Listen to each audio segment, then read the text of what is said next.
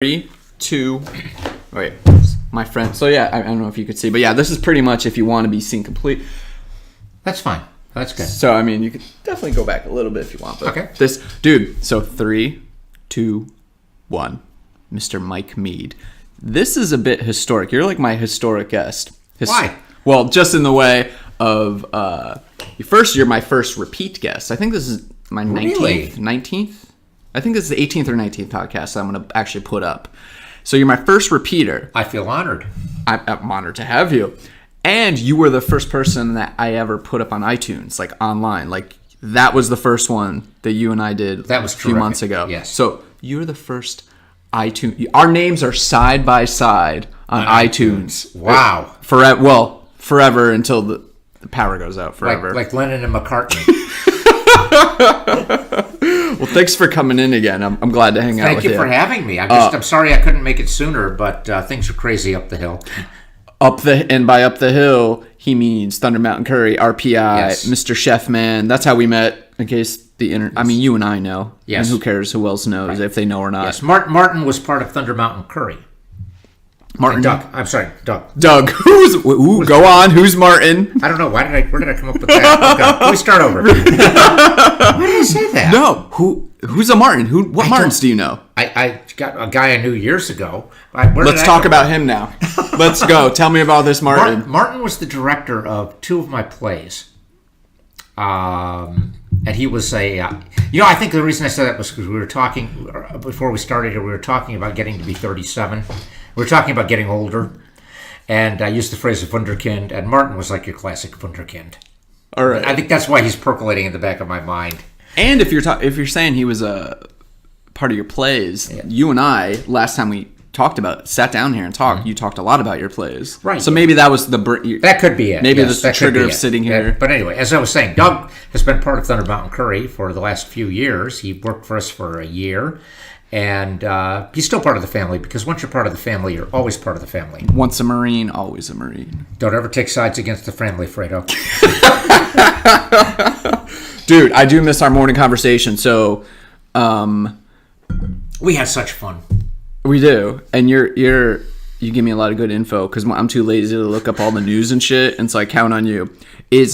So let's dig in deep. Fill me in. I got a lot to fill in. Is our President Trump going to jail? I think he probably is. It is looking bad for him everywhere except on Fox News. Now the latest crap is lawyer Cohen, right? Right. Is that still is anything coming out of that yet? Right now, the court case is proceeding. The big question is, will Michael Cohen flip on Trump? Because they've got him nailed dead to rights. He's going to prison if he doesn't cut a deal. What is the court case? What do they got him on? Okay, the court case basically is during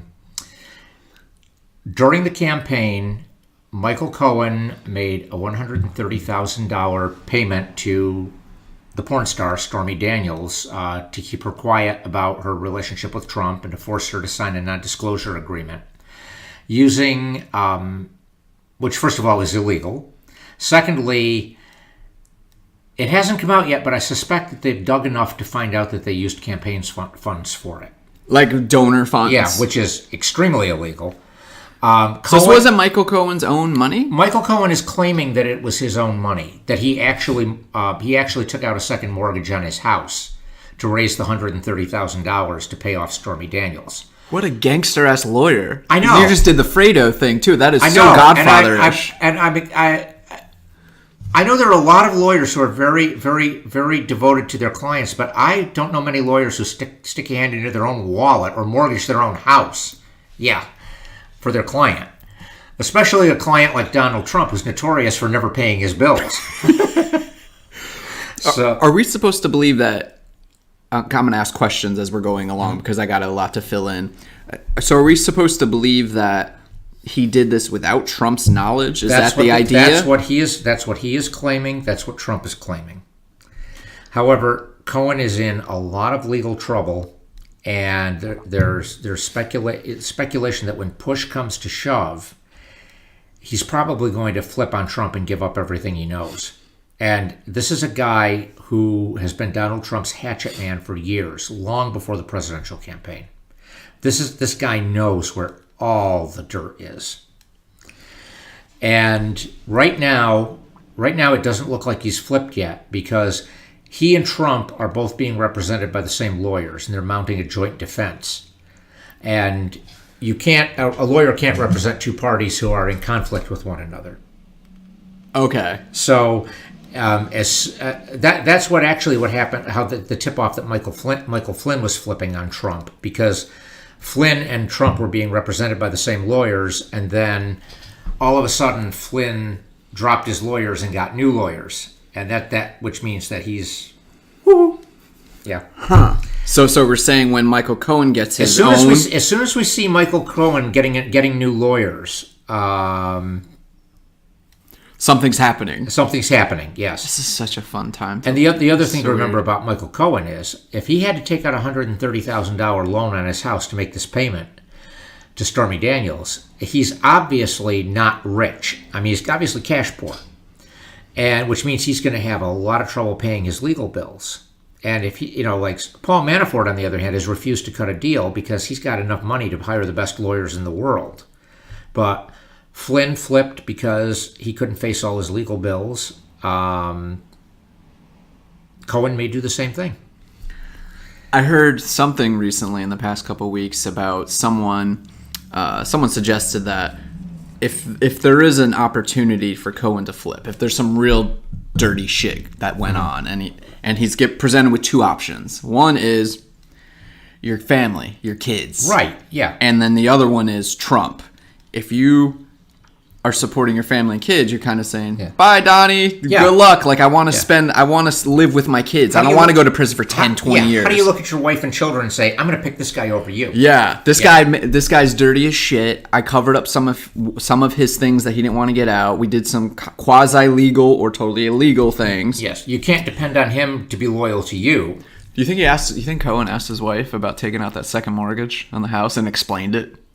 I would love to have heard that conversation at the dinner table. Wait a minute, you're doing what to pay who for what? She'd say what now? She opens up imagine that. Like, she goes to the mailbox, she opens up the mail, and it's like from the bank, and it says, here, your $130,000 application for home equity line has been approved. And she's like, Michael, what is this?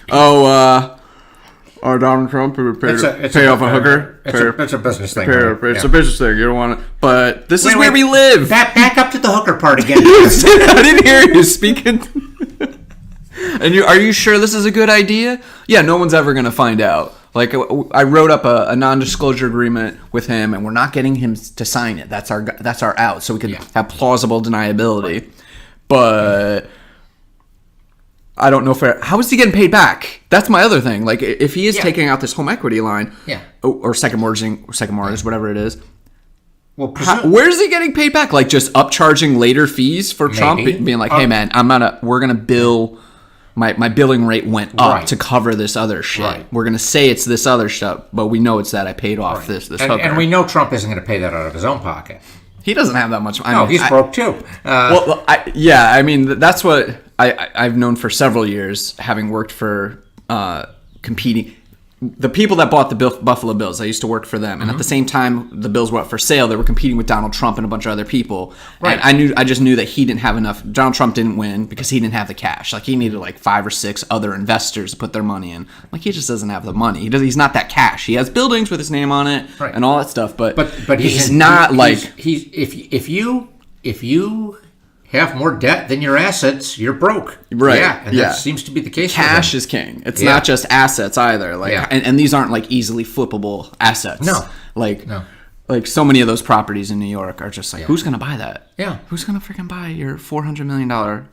But it's interesting you brought up Mrs. Cohen, because one of the ways you can tell that something bad is about to happen to a lot of these people is all of a sudden they're getting divorced. What? Yeah, like Donald Trump Jr. A few months ago, Donald Trump Jr.'s wife, I think her name is Vanessa, she filed for divorce. and giving as her reason the fact that he had an affair with one of the female contestants on The Apprentice. But that affair was 6 years ago, and she's known about it for 6 years. But all of a sudden, she filed for divorce. And she filed for divorce 2 days after Mueller subpoenaed all the financial records for the Trump Organization, which means asset forfeiture. If Donald Sr. and Donald Jr. are convicted of major financial crimes, everything they have can be seized.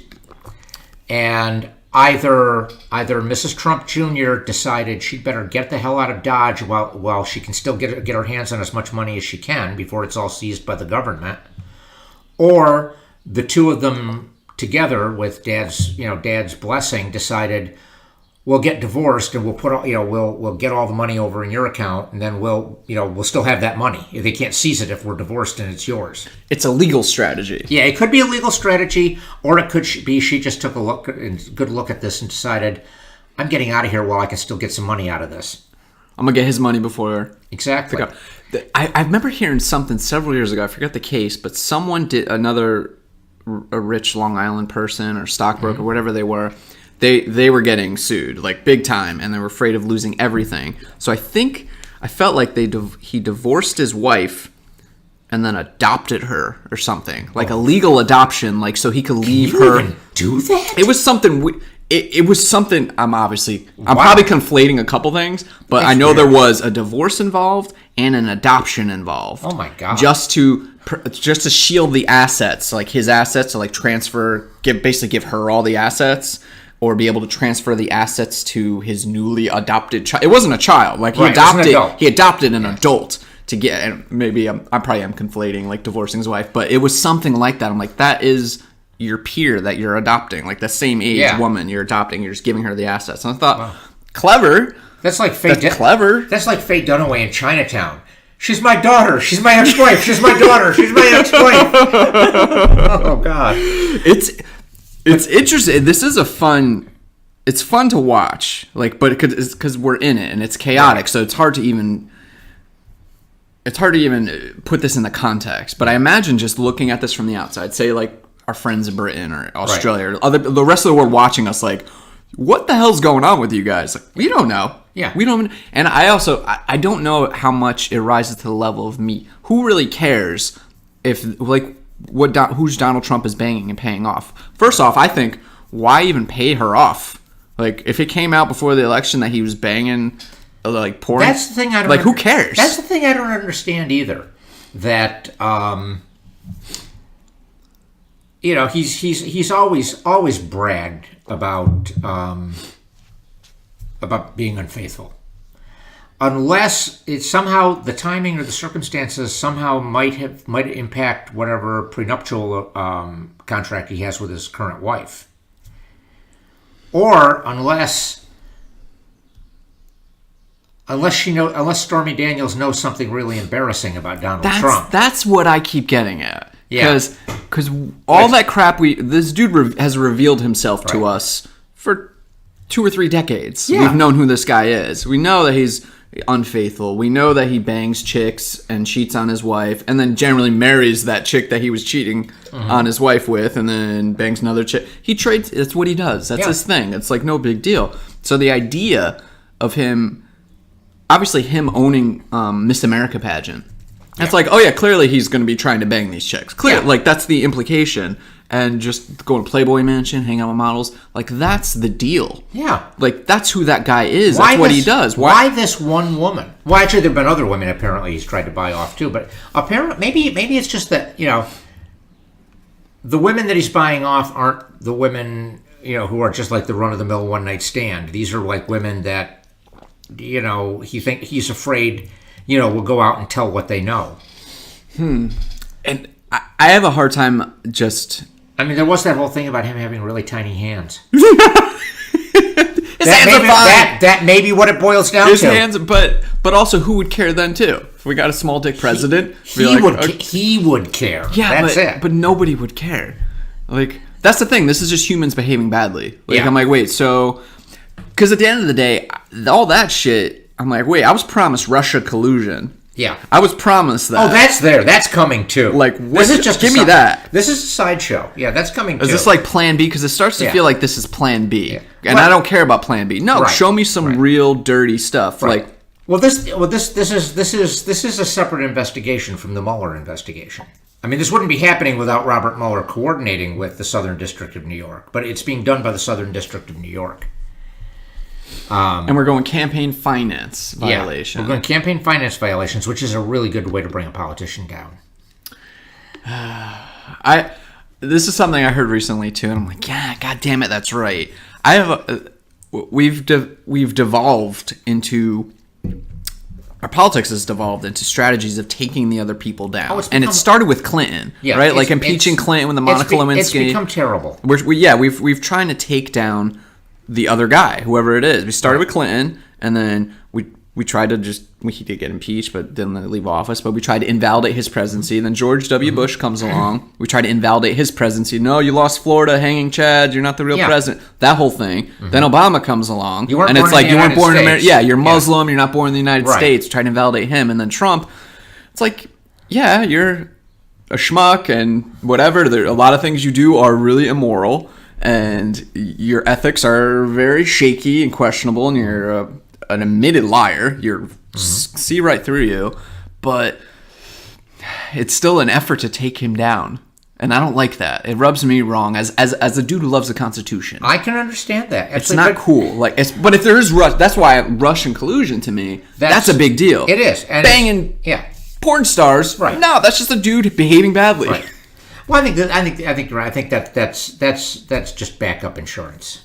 You know, it's definitely tabloid worthy. Yeah. That's what it feels like. Like, it's so superficial, and I get sick of how superficial our culture has become. Which is why we end up with a Donald Trump to begin with in the first place. Is because we're very superficial people. Yes, our culture is definitely devolved into how popular they are. And we had a popularity contest, and the popular guy won. The reality show TV star won. Yeah. Yes.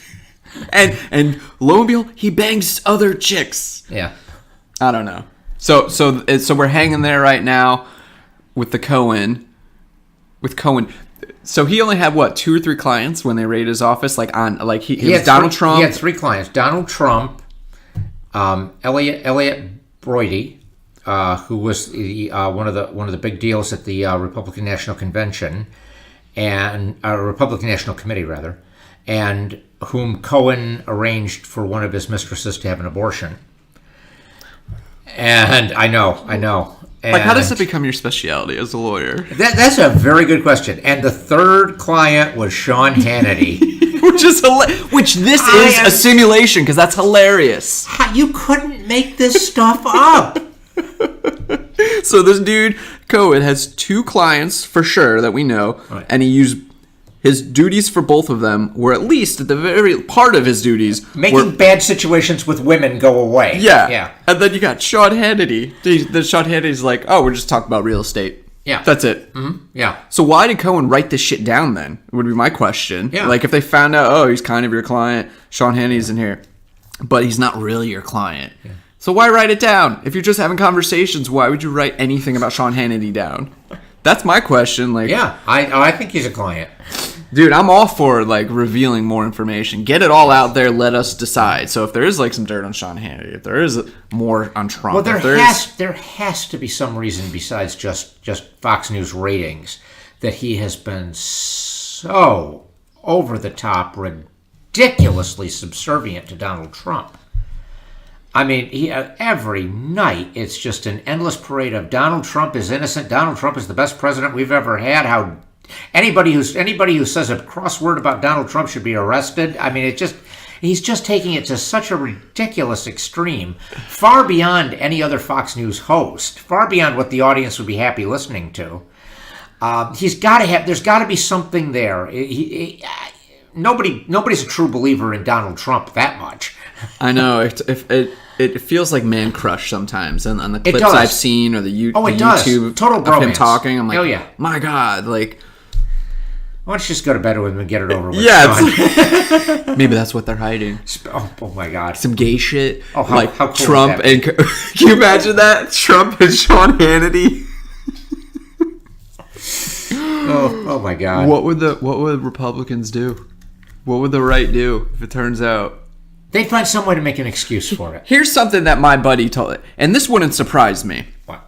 That if Trump and Sean Hannity were doing gay stuff, and I love being able to talk about gay stuff with a gay man. Yeah. So this is something my friend's dad I'm not happy to have either of these guys on my team. Let me make that clear.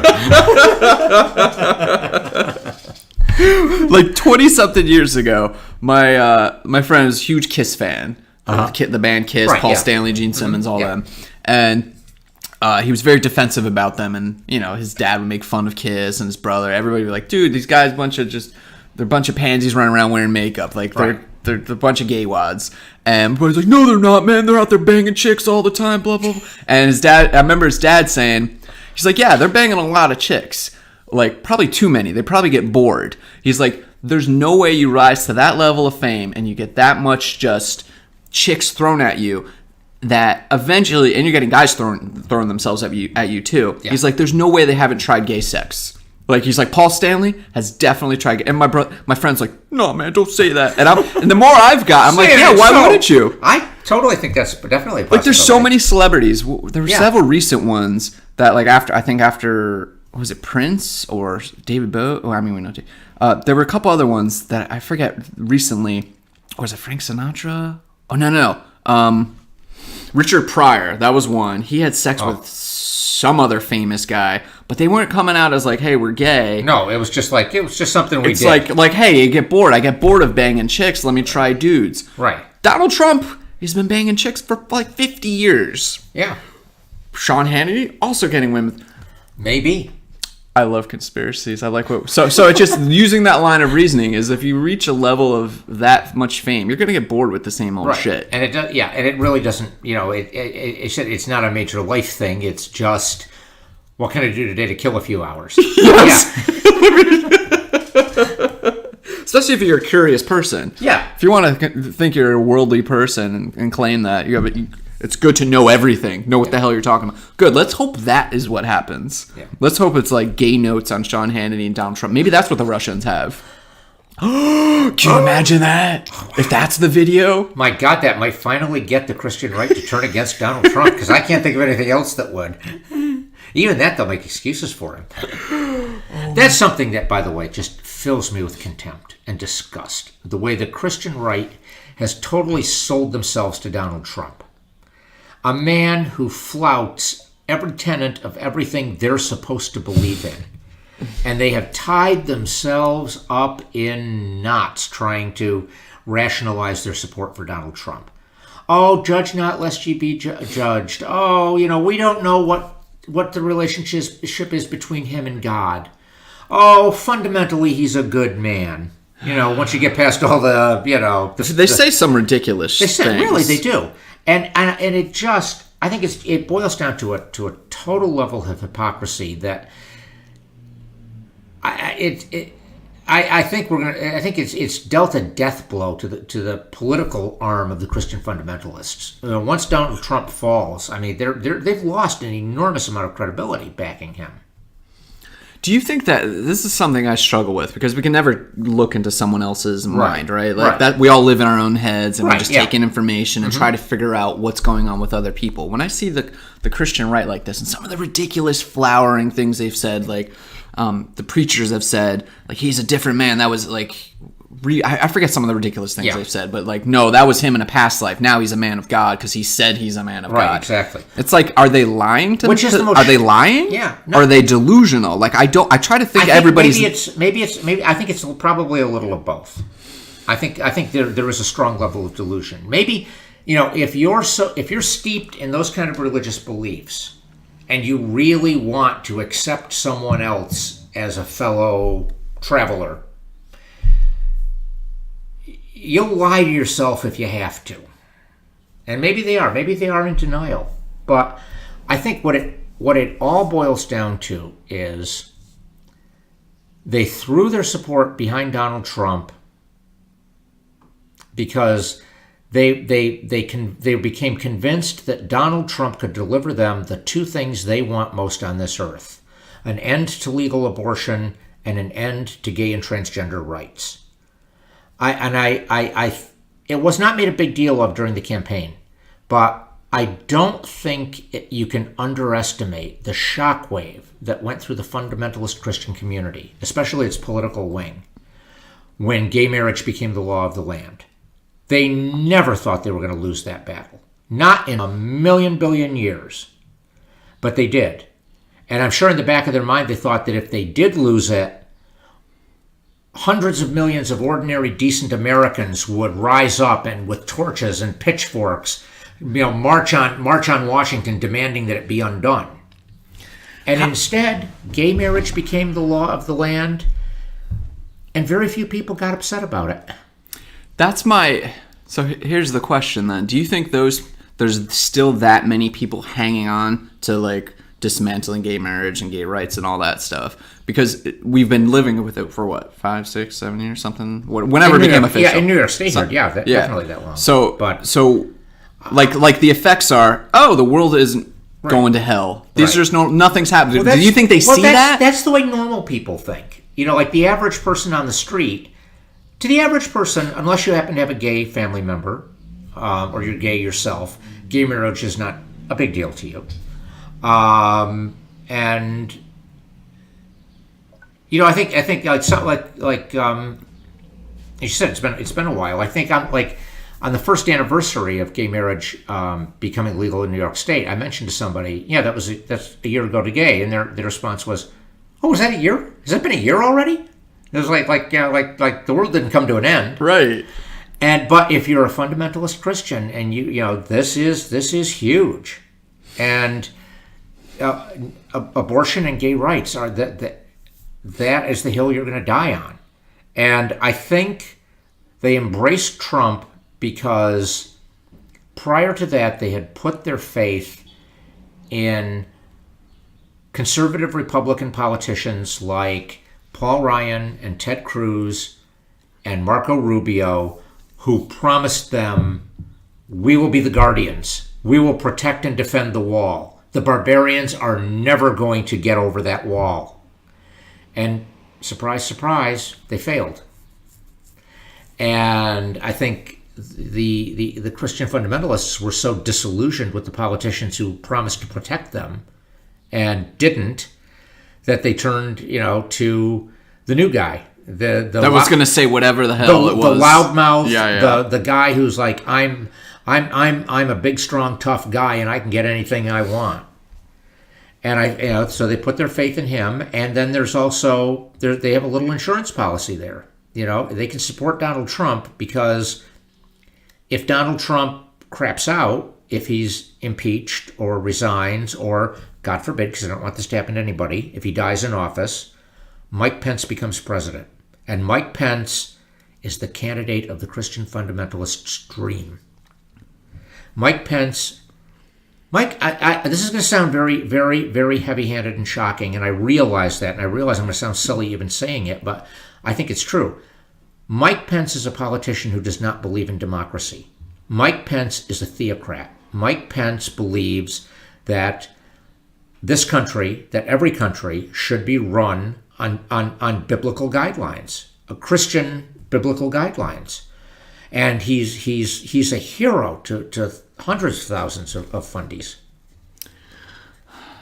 Isn't the cat out of the bag? Like, there's no way we could roll back. Of course it is. I mean, if we're just talking just gay marriage, that's what we're talking about. Yeah. Once the genie's out of the bottle. Like, I thought I've seen something in recent years where Americans were like in the 70% or something people that are okay with gay marriage. Yeah, I thought. Exactly. Like, nothing's getting rolled back. So is this just a hope that people are hanging on to? It's delusion, I think. The idea that we can elect, there's one of the fringe offshoots of Christian fundamentalism is a movement called Quiverful, which is it's not aligned to any particular church, but a lot of Christian fundamentalist churches believe in it. It's the idea that you and your wife must have as many children as you possibly can. Like a quiver full of arrows? That kind of thing? Exactly. Right. That's where it comes from. You don't use birth control. You procreate as much as you can. 12 children, 14 children, 20 children. You knock out as many kids as you can, and you raise them to be soldiers in God's army. so that a generation from now, you will have enough numbers to vote in politicians who will turn the clock back and undo all the terrible things that have been done, like legalizing abortion and legalizing gay marriage. It'll never happen. It's a total delusion. It's total fringe. Though. Yeah. Oh, it's very fringe. Yeah. It's very. But they're on. Is it the Discovery Channel, the Learning Channel? There's a television show. 19 Kids and Counting. The Duggar family. Oh Jesus, yeah, okay, yeah. Okay. They're this family with 19 children, and that somehow entitles them to their own TV show. But don't those families always break up? All the ones that get you would think the so, big yeah. TV. Oh yeah, ones. yeah. Was it Kate and John? Was oh one? them too? Yeah, okay, yeah. But with the Duggars, the family on this TV show, they are very cagey about coming too public with their beliefs. They talk about how we're a Christian family, we pray, blah blah blah. They are absolutely quiverful. They had their children to be raised to be soldiers in God's army. Army against what? People like you and me. What? Yeah. That's so. It's nonsense, though. Like I felt like we're definitely squishing. Maybe that seems mainstream because they have a TV show. Yeah. But I feel like that's so. Oh, it is. If you do, that's so fringe. If you do a little digging on that, yeah, they're incredibly whacked out. And I mean they belong to a the word cult probably isn't misused. A church led by. I think it's out of Chicago, where, women must remain completely covered up with clothing. You can't show a bare knee or a bare elbow. Women must refrain from voting because a wife has to be in submission to her husband. You must homeschool your kids. You cannot allow your kids to be corrupted by public schools. This kind of thing. There is an undercurrent of American society like that, and they're not going to win. Because numerically they're not strong enough, and because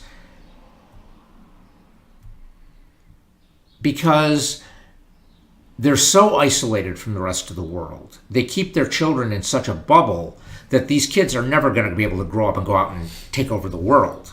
Like, I mean, that TV show that we were just, with the Duggar family. The reason that 19 kids, but these kids are all like, some of these kids are pushing 30 and they're still living at home with mom and dad, obeying every command that mom and dad give them.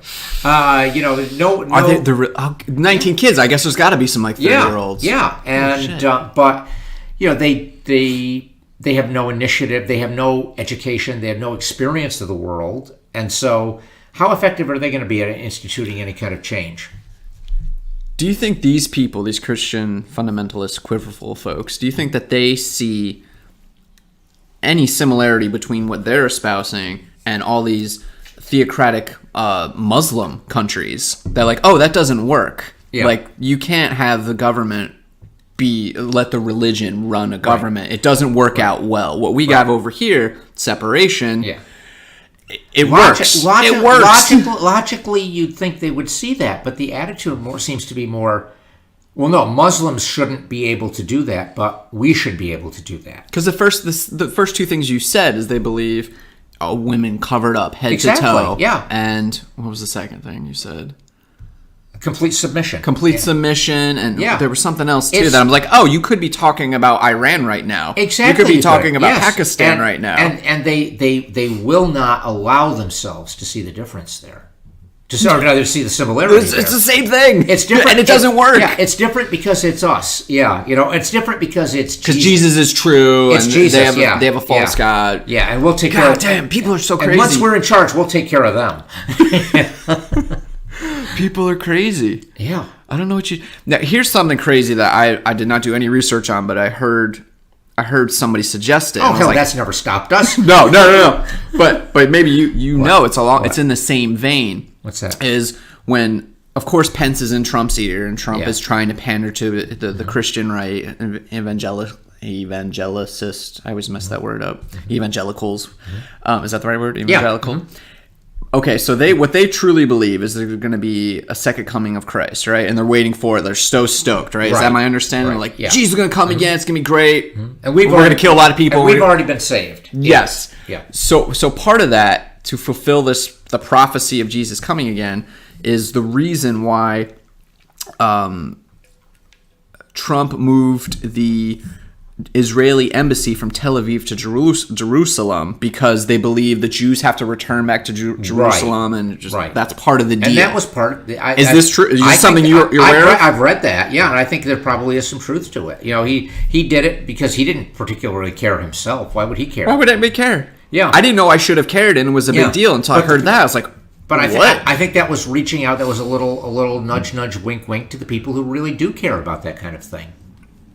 See, I like the move for other reasons, but that reason, I'm like, that's just not real. Like, I hope we're not really basing our policy on that.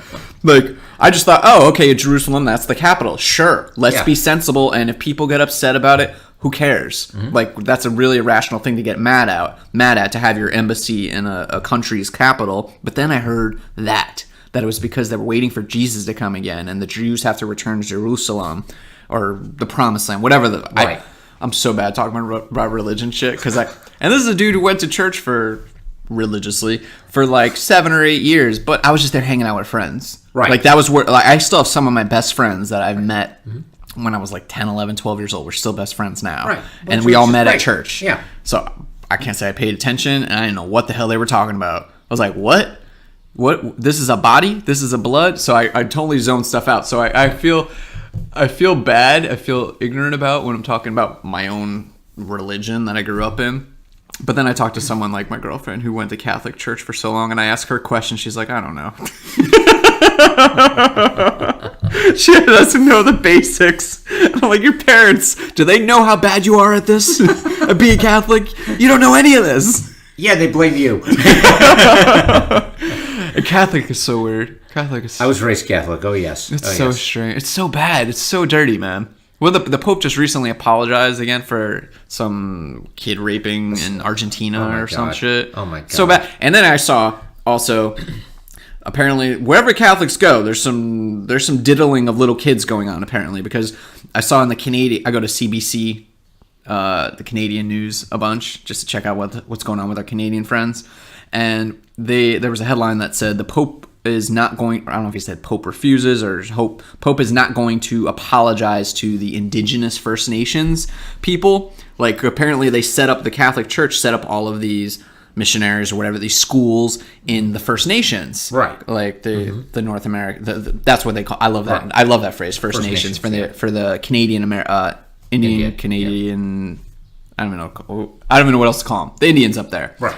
Mm-hmm. And there was a lot of abuse going on there. Native Canadians. There you go. Yeah. Canadian Indians, whatever you want to call them. It's the First Nations. So I'm like, wherever the Catholic Church sets up some shit, there's some freaking like child abuse going on. I'm like, this is everywhere. Like, stop going to this church. This church is so bad. And the Pope's like best friends, the CFO, I guess is what you would call him, like the Australian dude, like he was arrested for diddling little kids. How do the Popes not like? Right. It's so, I don't know. It's just a weird thing because it seems so antiquated. It seems so. Why would anybody support this? Why do you throw your money at the Catholics? And so many people. Just kind of, they remember it being a big deal on the news every night, 10 years ago, 15 years ago, and they think it's all been taken care of. Well, yeah, there was that big scandal, but then I'm sure the church got its act together and cleaned it up, and everything's fine now. And I know a lot of Catholics who feel that way. There were some problems, but the media distorted them and blew them all out of proportion, and, not so much. No, and to me, it seems like the media is actively trying to just hide it still. Like, they're not going I mean, you kind of have to dig a little bit. Like, the story I saw on the Canadian news, it was buried about 3/4 of the way down on the page and was just a little there's so much other stuff going on now. True. It's like nobody's talking about Catholic priests molesting kids anymore. Come on. But that's a real problem. That's something I would like. So 1995, though.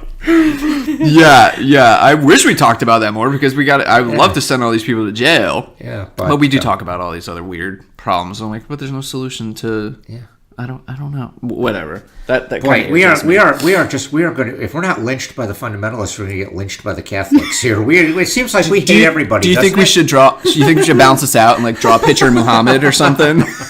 So like, no, we kind of crapping on everyone and their silly ideas. Exactly, yes. No, let's not draw a picture of Muhammad. No, please let's not. They're really sensitive about knowing what their guy might look like. Yeah.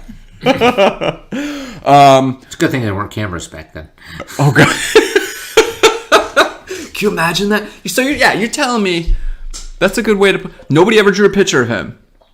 Like 1,000 years ago, whatever it was, 1,500 years ago. Nobody ever drew a picture of Muhammad.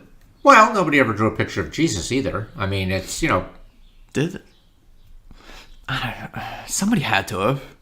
Well, I don't know, because, I mean, in ancient civilizations like that, I mean, probably having your portrait painted or your likeness carved in stone was really expensive. I mean, they probably only did it for, Yeah, well, I guess those guys weren't governmental figures. Right. Like we have, like, in Egypt and around the world, and you have sculptures and Jesus was a very obscure guy living in a tiny little part of the empire. I mean, and they killed him. Yeah, the government killed him, actually. Yeah. So, I guess they would have destroyed anything that would have been a picture.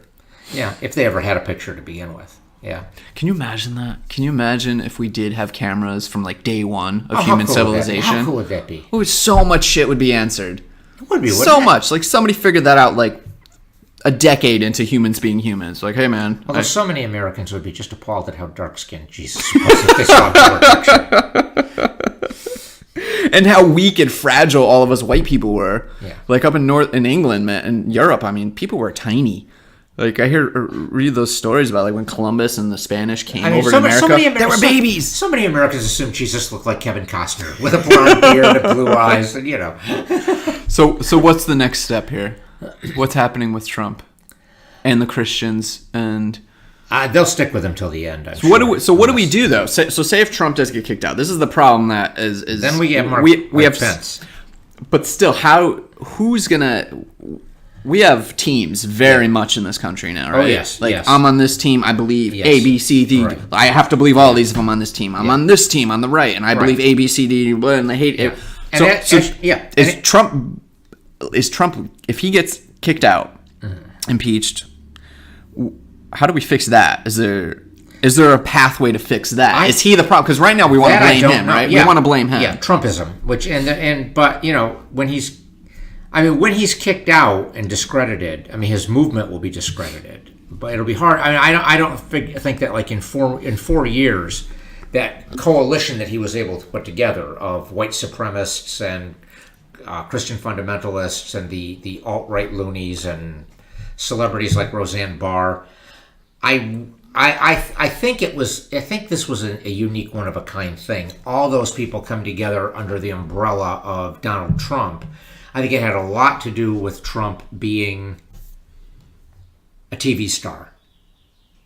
I think it had a lot to do with him having, somebody like Steve Bannon, who at the time was riding very high and was able to coordinate a lot of these groups together, and who is now completely self-destructed.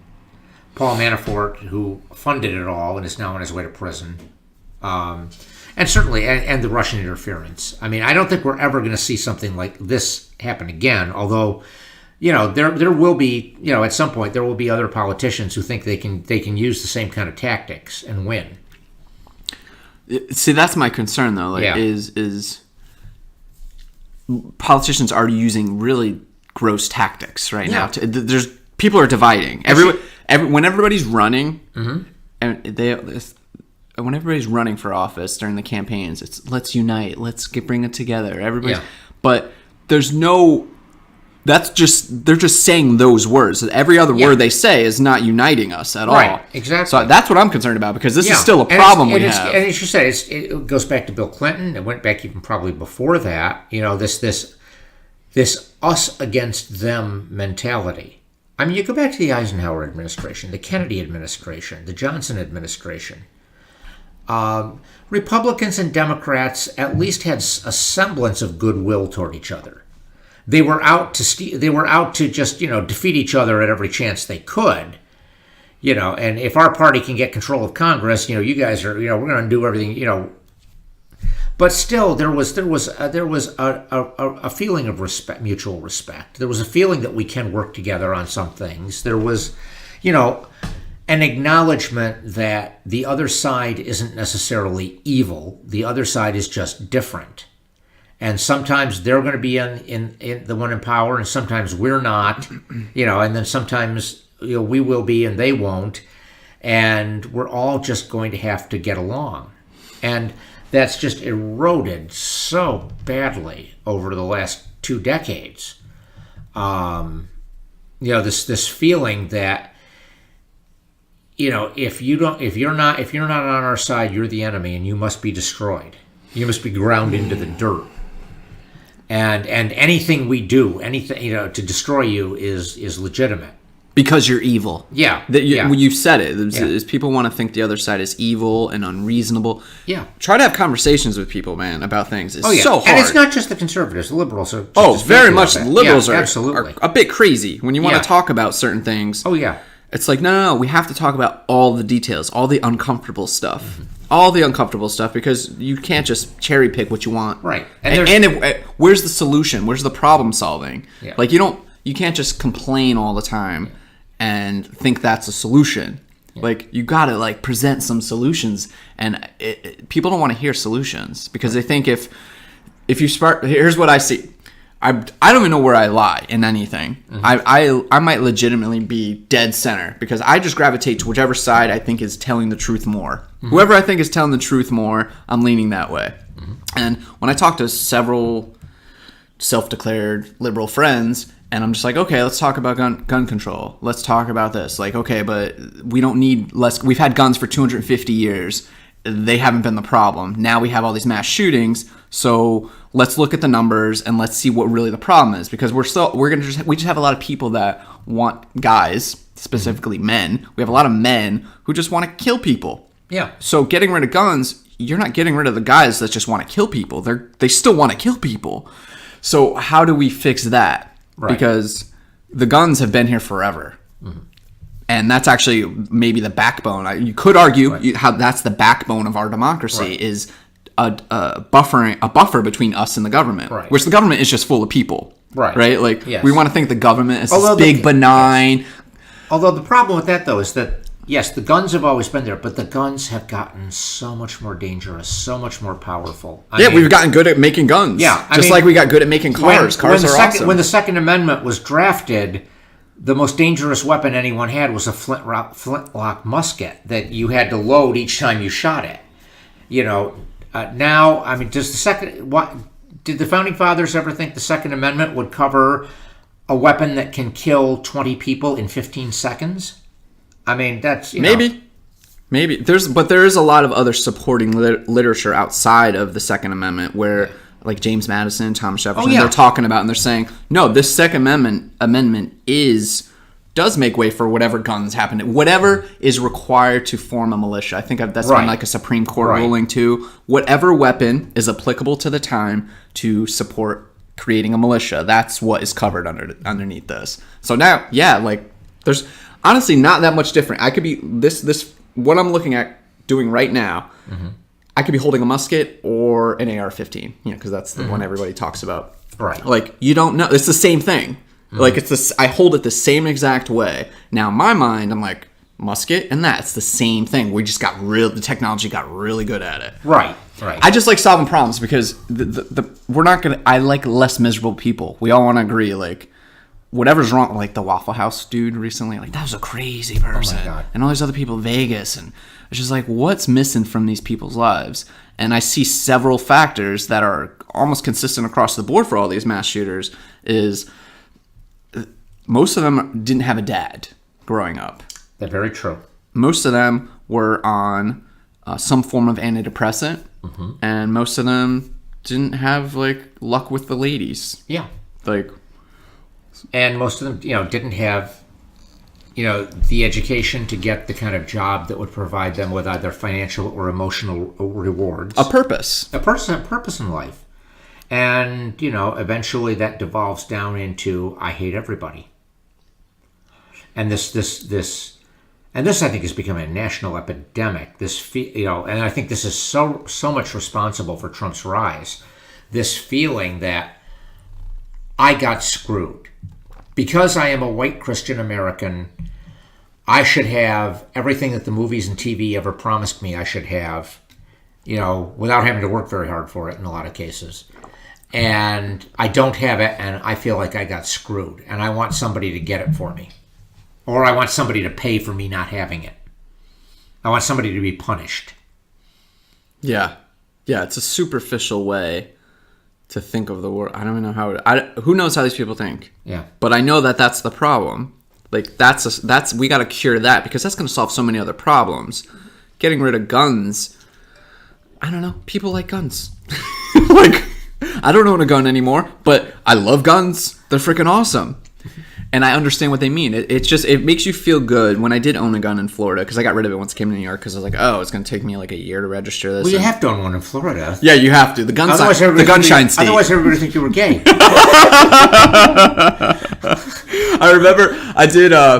I used to work with my uncle down there, do some manual labor. He had a company, a boat lift installing company, and one of the dudes he worked with was this real redneck dude, like just spit tobacco, just nice guy, but like hardcore redneck. And I remember asking him, I'm like, hey man, I just got a gun. Like, where's a good shooting range around here? He goes, shooting range? We just go in the woods and shoot at trees. And I'm like, oh shit.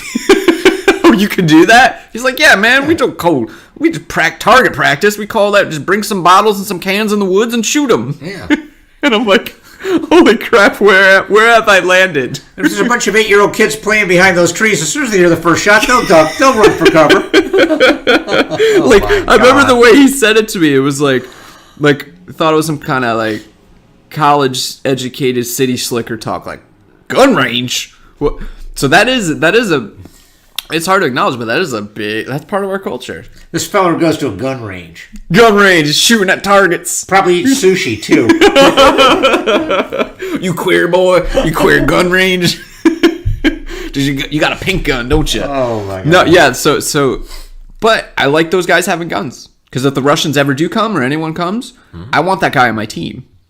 And here's something I did get into a month or so ago. I went to Boston and to visit a friend, and turns out the day I was leaving to get back on the train. By the way, have you ever taken the train from Albany to Boston? No, dude, no. It's $30. It's $60 round trip. It's so easy. Wow, and it's such a beautiful ride. Really, dude? Every time I've ever gone to Boston, I've driven. It never occurred to me to take the train. You'll pay $60 in parking in Boston. Oh, of course you will, dude. Of course you will. It brings you right downtown. Yeah, it's fantastic. That's me, because I would never dream of driving to New York. I just hop on the train and go. Yeah, I never occurred to me that you could to take the train to Boston, but I will now. And the first hour and a half, you're going through the Berkshires and these beautiful rivers, forests. How long a trip is it? I think it was 5 hours. 4? Okay. Yeah, I think it was 5. Yeah. Okay. Which on a train feels like nothing. Oh yeah, because by the time you get settled down, like, oh wow, cool, I'm on a train. Yeah, you're sitting there. You just anytime that you can travel and not think about anything, and you're on the ground. Because I think when you're flying an airplane, it's just like you're in a. You feel confined. Airplane flight is so uncomfortable. No, it's not cool. It's not cool at all. No, it's not fun. I remember when I was a kid. God, flying on an airplane was so exciting and so much fun, and now it's just miserable. I think I decided when I start going on next time I go on a plane, I'm gonna start actually like dressing up, because I like people used to, like an old man from like the 60s. Oh my God, like the guys with like the hat, wear the button-down shirt, slacks. Oh yeah. Who says slacks, by the way? I think that's just like a grandma thing. I don't think. But I picture when I say I want to dress up and look nice. Yes, I say slacks. Yes, because that's how you were raised. Yes. Yeah, like put on a nice pair of slacks and a nice Oxford shirt. Put on a nice shirt, a nice Oxford, and some slacks. Yep. Put on your good slacks. Because I remember, and you certainly remember, like people used to not wear their pajamas in public all the time. Right. Yes. And now. Every day I see someone in their pajamas, and especially when I go to the airport. Last several years, anytime I've been to the airport for the last decade, everyone's wearing pajamas and sweatpants, and I'm like, I thought this used to be classy. Yeah. Like flying used to be comfortable and class. I mean, I remember seeing cigarette smoke on a plane. I think, or no. I remember that. Yeah, there was a smoking section. When did they get rid of it? I forget when they got rid of it, but I could be misremembering, but I feel like I remember smelling or seeing cigarette smoke on a plane as a really small child. Oh, yeah. So, but anyways, it was like you watch old movies and it's and old commercials for airlines, and it's the guy carrying a briefcase with his wife, everybody's dressed up, everybody looks like Don Draper and yeah. Put on your Sunday best, kids. Yep, and the wife's got the hat and the little white gloves. Yeah. So next time I fly, I'm gonna look as dapper as I can, because I'm just like, man, people are schlubs. So that's part of it. Like I want to try to enjoy it, and not feel like it's crap. Dude, but the train.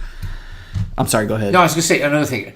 People don't dress up to go to the theater anymore. Dude, that used to be a thing too. That pisses me off so much. The theater is not as much fun as it used to be, because it used to be something you look for. You got tickets to a Broadway show or even a show, here in town. You got dressed up, you went, you looked good, you felt great. It felt special. Right. Yeah. Now we only get dressed up for funerals and weddings. Yeah. I mean, myself included. I haven't really dressed all the times I go to Troy Music Hall and see symphonies or plays or whatever it might be. It's like I haven't dressed up in a while, but I think I'm going to start. This is something I've been thinking about the last few weeks. I think that's a great idea. I'm gonna get it. That's a good idea. I should jump on that. I want to look good. I want to dress around and look good and look sharp. That would be great. Because as much as I love wearing this shit, I mean, this is still my podcasting outfits. Like, just jeans. He's not wearing slacks, folks. No, I'm wearing jeans. I don't know if I've washed them in a month or two. I don't know. Is that gross? I don't know if that's gross.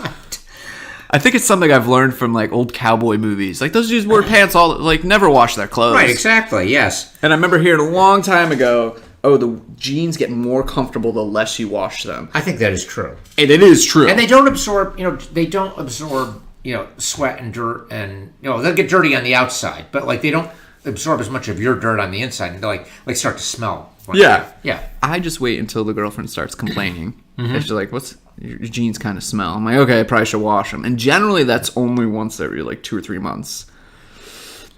I don't know if that's gross. When I say it out loud, I question it. It sounds bad. It sounds bad. I gotta warn you, Martin. This is not sounding good here.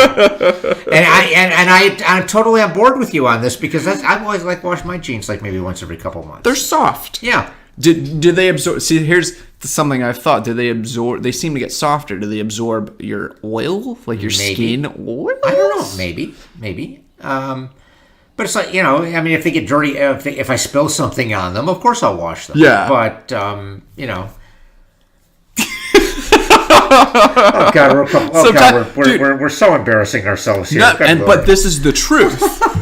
I don't mind embarrassing myself as long as it's true. Yes. Well, who would make something like that up to tell people? I have many things that I slowly let out of the bag, after I've known someone for a while. I'm like, okay, I also don't do that. I'm kind of gross in this way. I'm gross in that way. Yeah.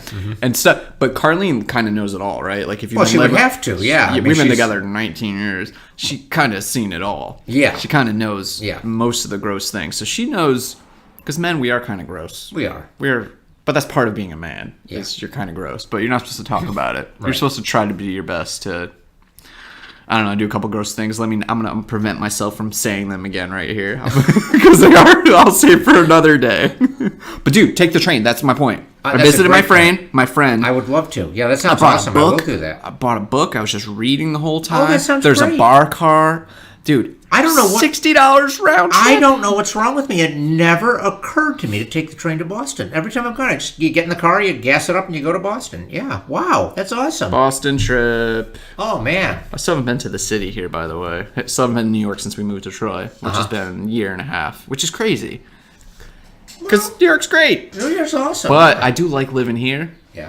And I do like not having to travel to go anywhere. So we lived in Florida forever. You had to go somewhere. Drive. Yeah, it's 5 hours to get out of Florida. Yeah. I love living in the Northeast, man. Yeah. We had our first nice days the last few days. Have you taken the train to New York? No. It's so, if you're going to take the train to New York, don't take Amtrak out of Albany or out of Rensselaer. Drive down to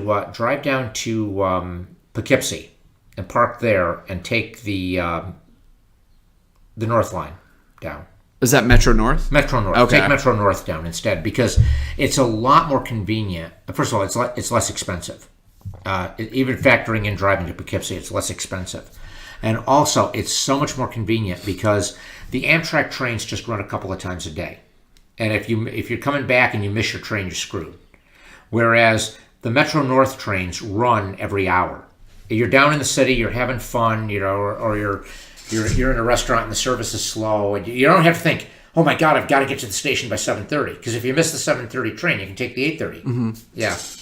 Do you know what I love about a lot more flexibility. You know what I love about New York City? What? The New Yorkers. Oh, yes. I love New Yorkers, and I love that they think, as they should, that they're on top of the world. Yeah. We were talking to our friend the other day. She's lived in Brooklyn the last 15 years, and talking about people wanting to live in other cities, like students around here, say, at the colleges. Like, she kind of assumed, our friend in Brooklyn, that everyone wants to come to New York City. Which said, no, like, people want to stay here, and when they graduate college and move to Troy, Albany, Schenectady, like, they're rising places. They're decent places. Right. And this girl was so like, what? But everyone wants to live in New York. Like, that must not, those cities can't be any good whatsoever. Yes. Which I get her perspective. Because when you're in New York, you are. Like, where else do you go? You're only going down. Yeah. There's no lateral move from New York. Like, you're in New York. I mean, except maybe when you get international. Like a You're London paying $2,000 a month for a studio apartment, but by God, you're in New York. Yeah, you're in New York City. And you can't afford, some actress, I forget who it was now. God, who was it? But anyway, she was talking about how when she was young and she was a struggling actress, she lived in New York, trying to break into the theater. She said it was the most depressing, miserable experience you could ever want, because you're living in the greatest city in the world. You're surrounded by all these fabulous things that you can't afford to do, and that you have to content yourself with taking a walk through Central Park. She said, which is nice, but after a while that gets old. And she said, if you're in the city without money, it's just a constant hassle and it grinds you down. And she said, so then she went to Los Angeles and she became, I wish I could remember who she was, but she had the chance to go back to New York City to do a TV show. And she said, and I was just terrified to go back because I had so many memories of how awful it was. She said, and then I got back there and I realized living in New York is fun if you're rich. It's amazing that a place like New York exists. Yeah. Having grown up an hour and a half train ride from it, went there many times, and we always get the New York news, New York City news. I always see the city. Us too here. And it would just shock me that place exists. Like, that many people, and you feel safe walking around. Yeah, exactly. Like, people get along. Yeah. Which is crazy. It's just crazy to me sometimes how that many people can get along. Yeah, and not kill each other more than they do. Yeah. I mean, there's some crime, there's some violence, but not nearly in proportion to what you would expect. With that many people. Yeah. I know, and the buildings look great. There's fabulous. It's just like, ooh, good, we're rigged. That you would also be a first. This would also be a first. You are my first cell phone ringing. Go ahead, answer it. Okay. Hello?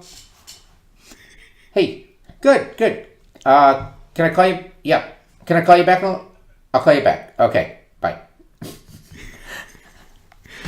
That was Mike Gordon. Of course. I've no doubt he has some news he needs to tell you. He's jacked up on something. God, yes. Is it going to be a new crazy plan, you think? Probably. Guess what we're going to do now? Yeah. Because Mike Gordon, we should point out, is the founder and the head chef and the brains behind Thunder Mountain Curry, and Doug and I are very used to jumping on the train and going on wild rides with him. And you'd informed me prior to us starting this that there's a lot of moving and shaking going on. Yes, in your career world. Yes, we're expanding. We're going to be have a new location up at RPI, and we're looking to expand outward into other areas. And it's if you don't know Thunder Mountain Curry, a great place to catch us is at the Troy Farmers Market. Now, I'll get the plug in there. Are you guys 10 years now? 10 years at RPI. Wow. Yeah. And how long you and him been together? 10 years. Was it 10 years? You started 10 years inside at RPI. He was outside of the corner for a while first, but Yeah, we've been inside for 10 years, and we've been doing our thing. And we've had some interesting people come to work with us over the years, and Doug was one. And Doug, I'm going to tell this story because this is such a cool story. When Doug and Carlene first moved to Troy, they started looking around for places to have lunch. And they found Thunder Mountain Curry on, was it Yelp? Yeah. Yeah. And he and Carlene came up to RPI to have lunch with us one day, and he liked it so much that he came to work for us. Dude. Yeah. It was because of your ass. Like, you were friendly. I was like, God damn, because where we had just come from was, we lived in St. Lawrence County, New York, and it was like hillbilly-ish. It was a college town where we lived, Canton, New York, but it was like, the customers, people weren't very friendly. They weren't used to being, they were friendly, but they weren't used to being around a lot of people and a lot of social interactions. So a lot of time I try to be friendly. I try to be friendly all the time to people. I mean, strangers. Always trying to make a new friend.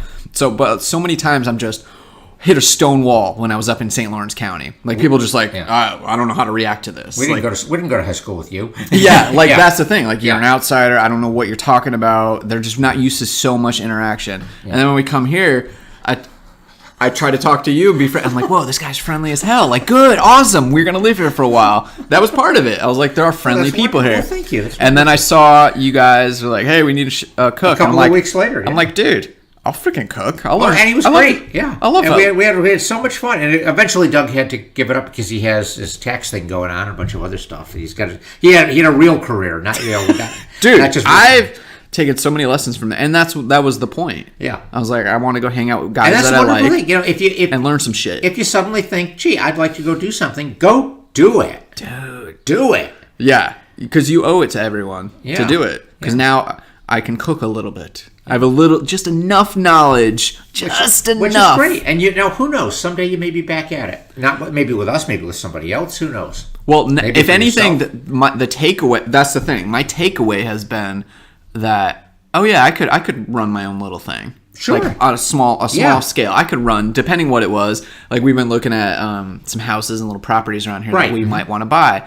And I'm like, and since so many things in downtown Troy are mixed use, we were going to buy this one house, but then we're just like, flood zone and weird taxes were going up. I remember this, yeah. Yeah, and I was like, but it had a little side yard property that I'm like, maybe I should make barbecue once a week or something and sell barbecue out of this on the side of the house. How like cool once a week. It would have been cool because that's what I think I am, is like a once a week cook.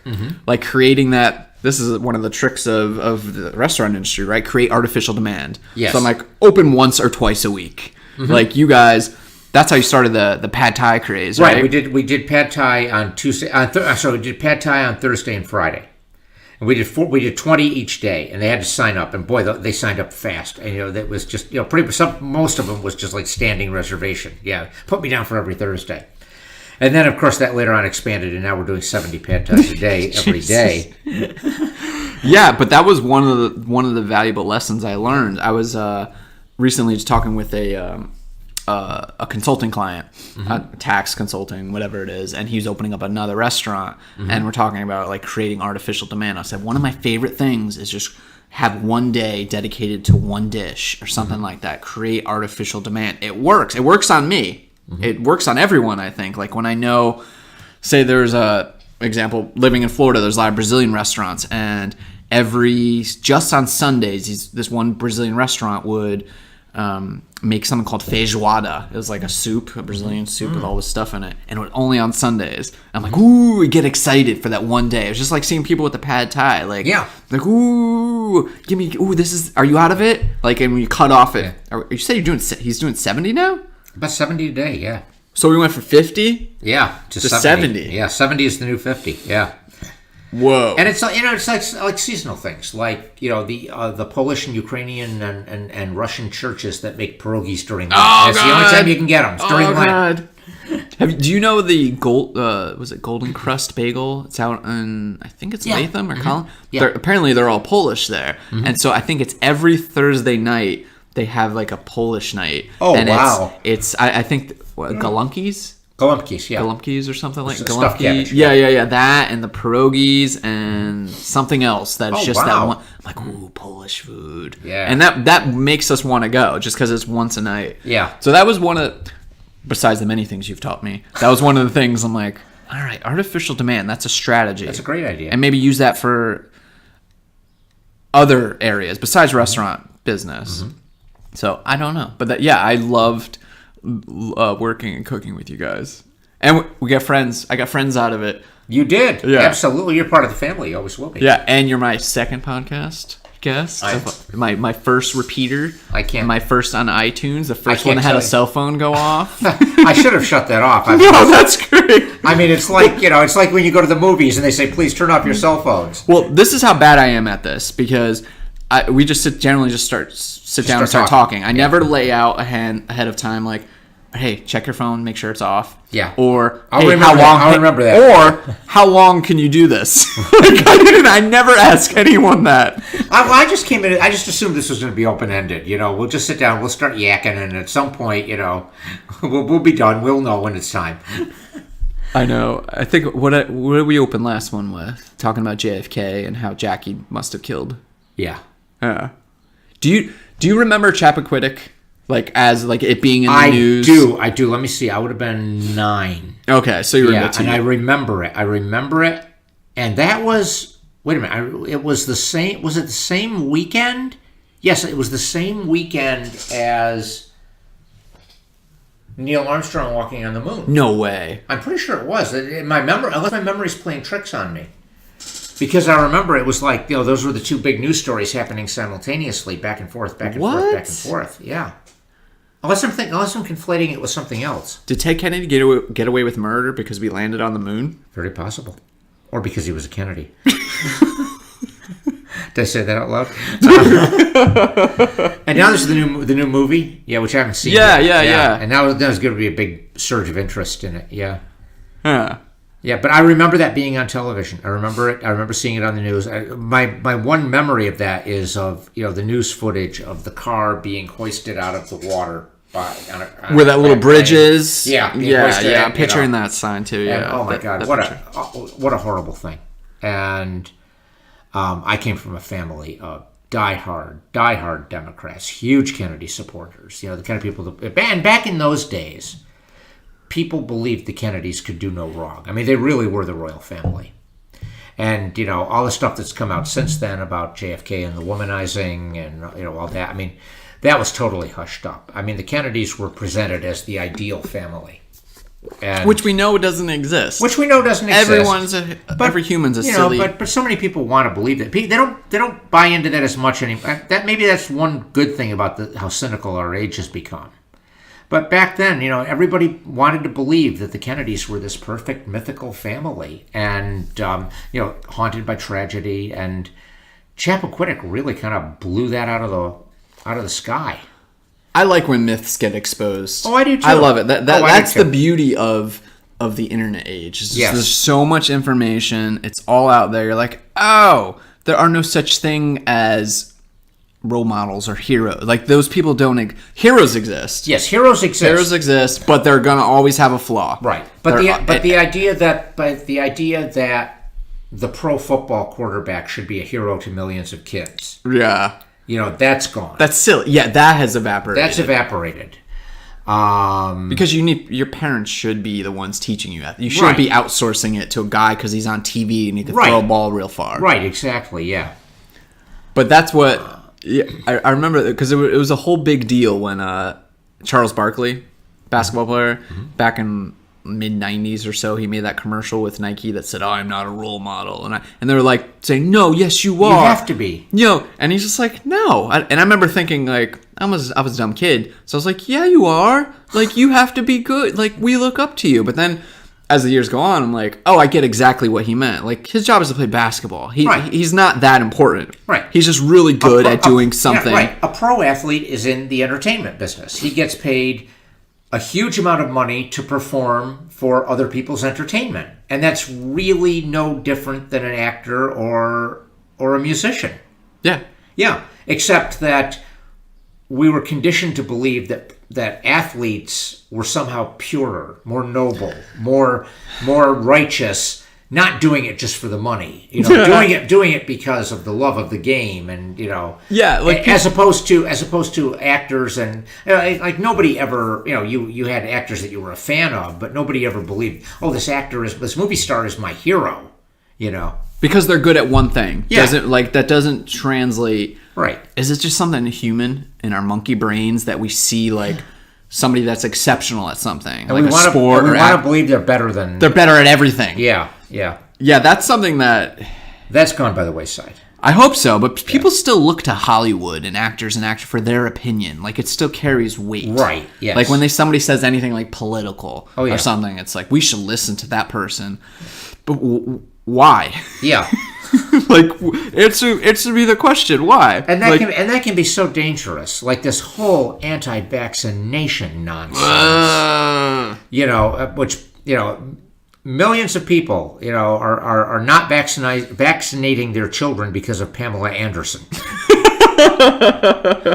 wait, no, isn't it Jenny McCarthy. I'm sorry, yes, I'm mixing my bimbos. Dude, yeah, they're just two blonde. Yeah, exactly. Yeah. Jenny McCarthy, yes, but it might as well have been Pam Anderson. Yes, it doesn't matter. Yeah. When it comes to safeguarding my child's health, I won't listen to the medical establishment of 2 continents with 3 centuries of research behind it.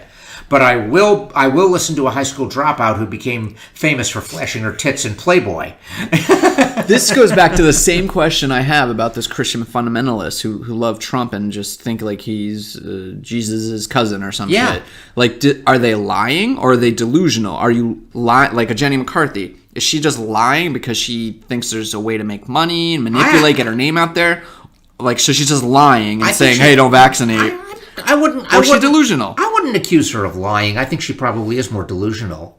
And I think, maybe what it is more than actual delusion is that maybe when you're a celebrity, people kiss your ass so much and hang on your every word and treat you like you're special. It must be very hard not to fall for that, not to buy into it and to believe, wait a minute, everybody keeps telling me how fabulous I am. I must be fabulous. I am exceptional. Every stupid idea that floats through my head, it must be true. If I think it must be true and it must be important. Maybe that's it. Because the problem I have is we all have access to the same information now. Right. Like it used to be, you had to go to the library or talk to someone smart. Right, and look stuff up. Yeah, and look stuff up, which was hard. Yeah. But now, hey, Mr. Google. Everyone, we can get the same information there. Yeah. So I have to believe that if people are anti-vaccination, if they think Trump is so great, or just anything that doesn't make sense to me, that we all can look at the same thing and just same information. No, hey, actually, when not having polio is really good. Yeah. It's really good to not have polio in this country. It killed thousands and thousands and thousands of people over the years. Right. And it's really good not to have that anymore. Right. Okay, so what's the problem? We all know that it's good. It's one of any of the vaccinations. Is that the main one? Am I going with polio? Is that the one that people say? Yeah. Or what are the other vaccinations? I don't even... German measles. Yeah. Whooping cough. Okay. Yeah, that was the big one too. Yeah, and it all stems from the idea that vaccines somehow, well, as Jenny McCarthy put it, vaccines cause autism. Vaccines caused my child to develop autism, which was completely exploded. I mean, the whole vaccines cause autism thing came from a British doctor who falsified his results because he was being paid by a law firm that wanted to sue a pharmaceutical company. Oh, really? Yeah, and he was discredited. He lost his license and he went to jail. Which, of course, made him a martyr to all the people who still believed the nonsense he was spewing. Yeah, that's where there is a bit of a problem. Like, surely, I support any individual freedoms, individual rights. You get to decide what's best for you, what's best for your family. But when it comes to vaccinations and diseases, and that can affect all of us, that's where it gets dicey. That's where I'm like, I don't know. I don't know. I just want people to believe in the same, to read the same things that all of us can agree upon, and come to the same conclusion. And it gets very confusing to me because then I'm just like, are you lying? Is there something? Are you receiving money in this by saying this, taking this stance that I can't think, because I can do that. Like, I could start lying about stuff and cherry picking information that works for me from like this crazy doctor, and people are going to eat it up, right? Mm-hmm. Like, there's going to be a market for that, right? Absolutely. So that's what I feel like people are doing. Mm-hmm. It drives me crazy. I'm obsessed with trying to figure out why people think the way they think and what they say, and because I'm like, is everybody a liar? Yeah. Is everybody motivated by money? Is everybody just crazy? I think it's a combination of motives. I think a lot of it is just the desire to feel smart without actually putting in the work of learning stuff.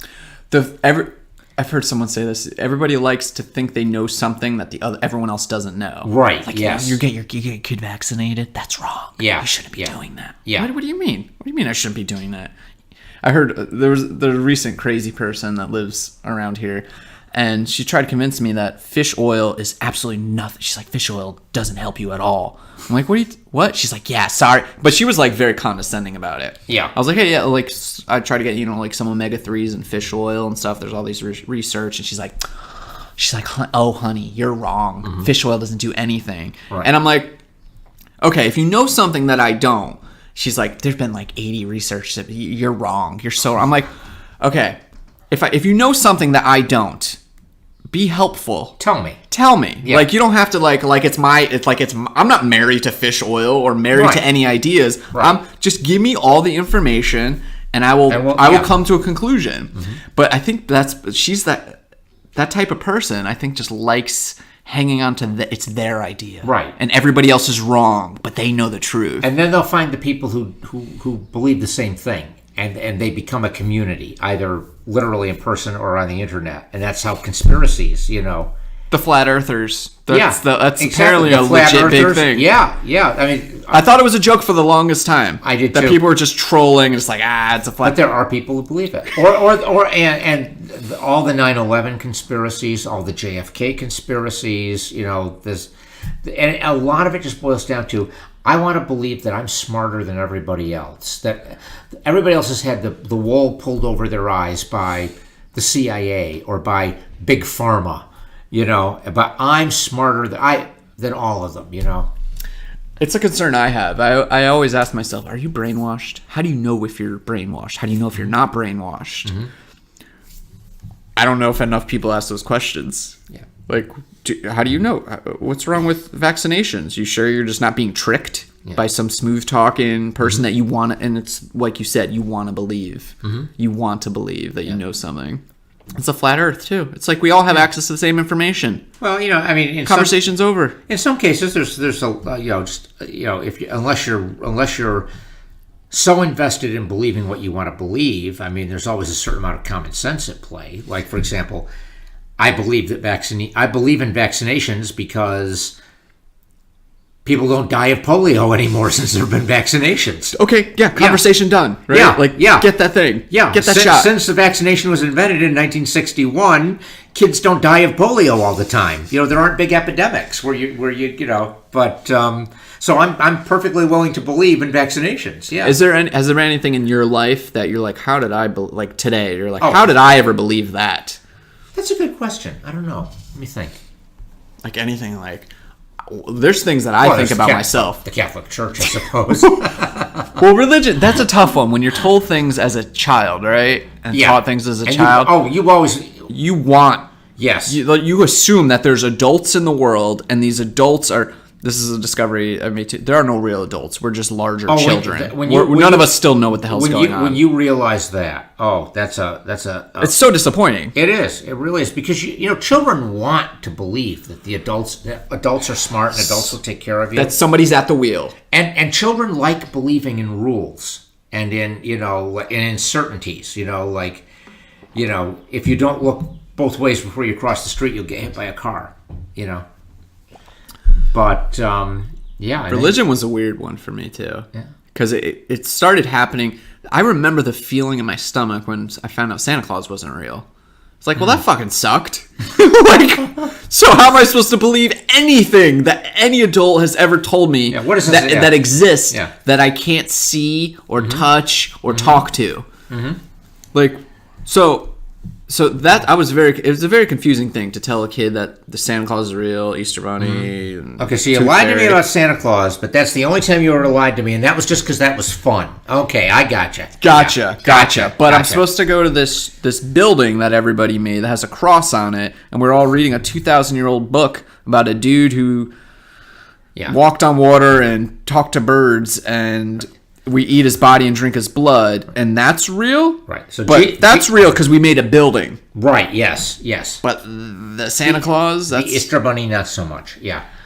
It's very confusing. It is. And that was one of my big disappointments is I have to question everything. It was disappointing, but then it certainly led to you just have to question everything because no one knows what the hell they're talking about. Exactly. Because everyone's lying. Mom, why'd you lie to me so long about Santa Claus? Just tell me. I would have been like, dope. That's awesome. Like, you guys just dress up. And my dad dressing up as Santa Claus one year. And, like, coming down. And I didn't think it was my dad. Like, I don't get it. I would tell my kids there's no Santa. I figured out because my parents did something really dumb. What's that? Well, one year, I got a little tape recorder for Christmas. Yes, this is back in the olden days. We had, like, little things called tape recorders. But I got a little tape recorder for Christmas, and my mother and father and my aunt and uncle, had obviously sat up late on Christmas Eve, wrapping the presents and putting them under the tree, and washing it down with a lot of holiday spirits because they sounded pretty hammered, and they thought it would be hilarious to record a message for me on my tape recorder with my father playing Santa Claus, ho ho ho, Michael. With my aunt and my mother as elves singing Jingle Bells in the background. That's a cute ass idea. It's adorable, except I know those voices. Because they were hammered, and they weren't even trying to sound like anybody else. I'm like, yeah, I know these people. That's when you figured it out. That's when I figured it out. Wow. That is a really funny way to have figured it out. Yeah. Although my parents were pretty cool about me finding it out. It wasn't traumatic for me because they kind of glossed it over as like this is a passage into being a grown up. Like I had a younger brother and sister, and it was like the year that I figured that out and I didn't believe in Santa Claus anymore. I got to go along with mom and dad on pretending there was a Santa Claus for the kids. And that Christmas, the first Christmas, I always remember the first Christmas Eve that I didn't believe in Santa Claus because my brother and sister got thrown into bed and I got to stay up really late. I got to stay up till midnight and I got to help put the presents under the tree. And boy, I thought I was grown up. That was a lot of fun. That was great. Yeah. So that kind of eased the transition. Yeah, it does because we were talking about you knew something that somebody else did. It's like you're in the club now. Yeah. You're one of us now. Yeah. So that was cool. That's a cool feeling. The first time you get kind of treated like an adult by your parents, like you get let in the club, like you said. Like if you have younger cousins or brothers, I think I remember that too with my younger cousins. We would play along and that there's Santa. Yeah. Did you have a sex talk with your dad? Did your dad sit down and be like, hey, this is a sex talk? So parenting thing is always... I don't have any kids, but I try to think of what I believe I know what my strategies are. Tell them there's no Santa and talk about sex as open freely as soon as they ask their first question, answer all the questions. Did my parents ever have the sex talk with me? Well, they're both dead, so I don't think it's going to happen. Oh, God. You got no guidance whatsoever. Not at all. Never. Not one word. Not one word. I had an attempt. My dad attempted. Mine didn't even try. I think we were sitting down for 3 or 4 minutes, and see, I remember how uncomfortable he was. It was maybe the most uncomfortable I ever saw my dad trying to talk about it, and he didn't even say anything.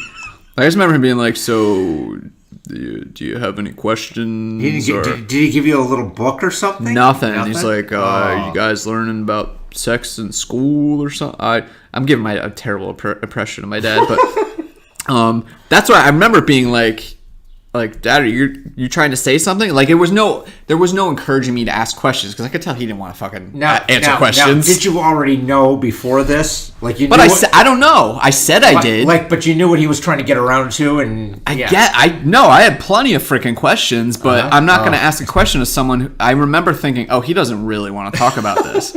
But I remember getting like hopeful. I'm like, oh, we're sitting down and having this talk now. Okay, good. Answer some questions for me because this is confusing as shit, and I've only seen like porno magazines I found in the woods. I don't know what the hell those are. Like, I'm supposed to figure this out. I don't know anything. It's very confusing. I learned from the other kids, and I learned from the porno, and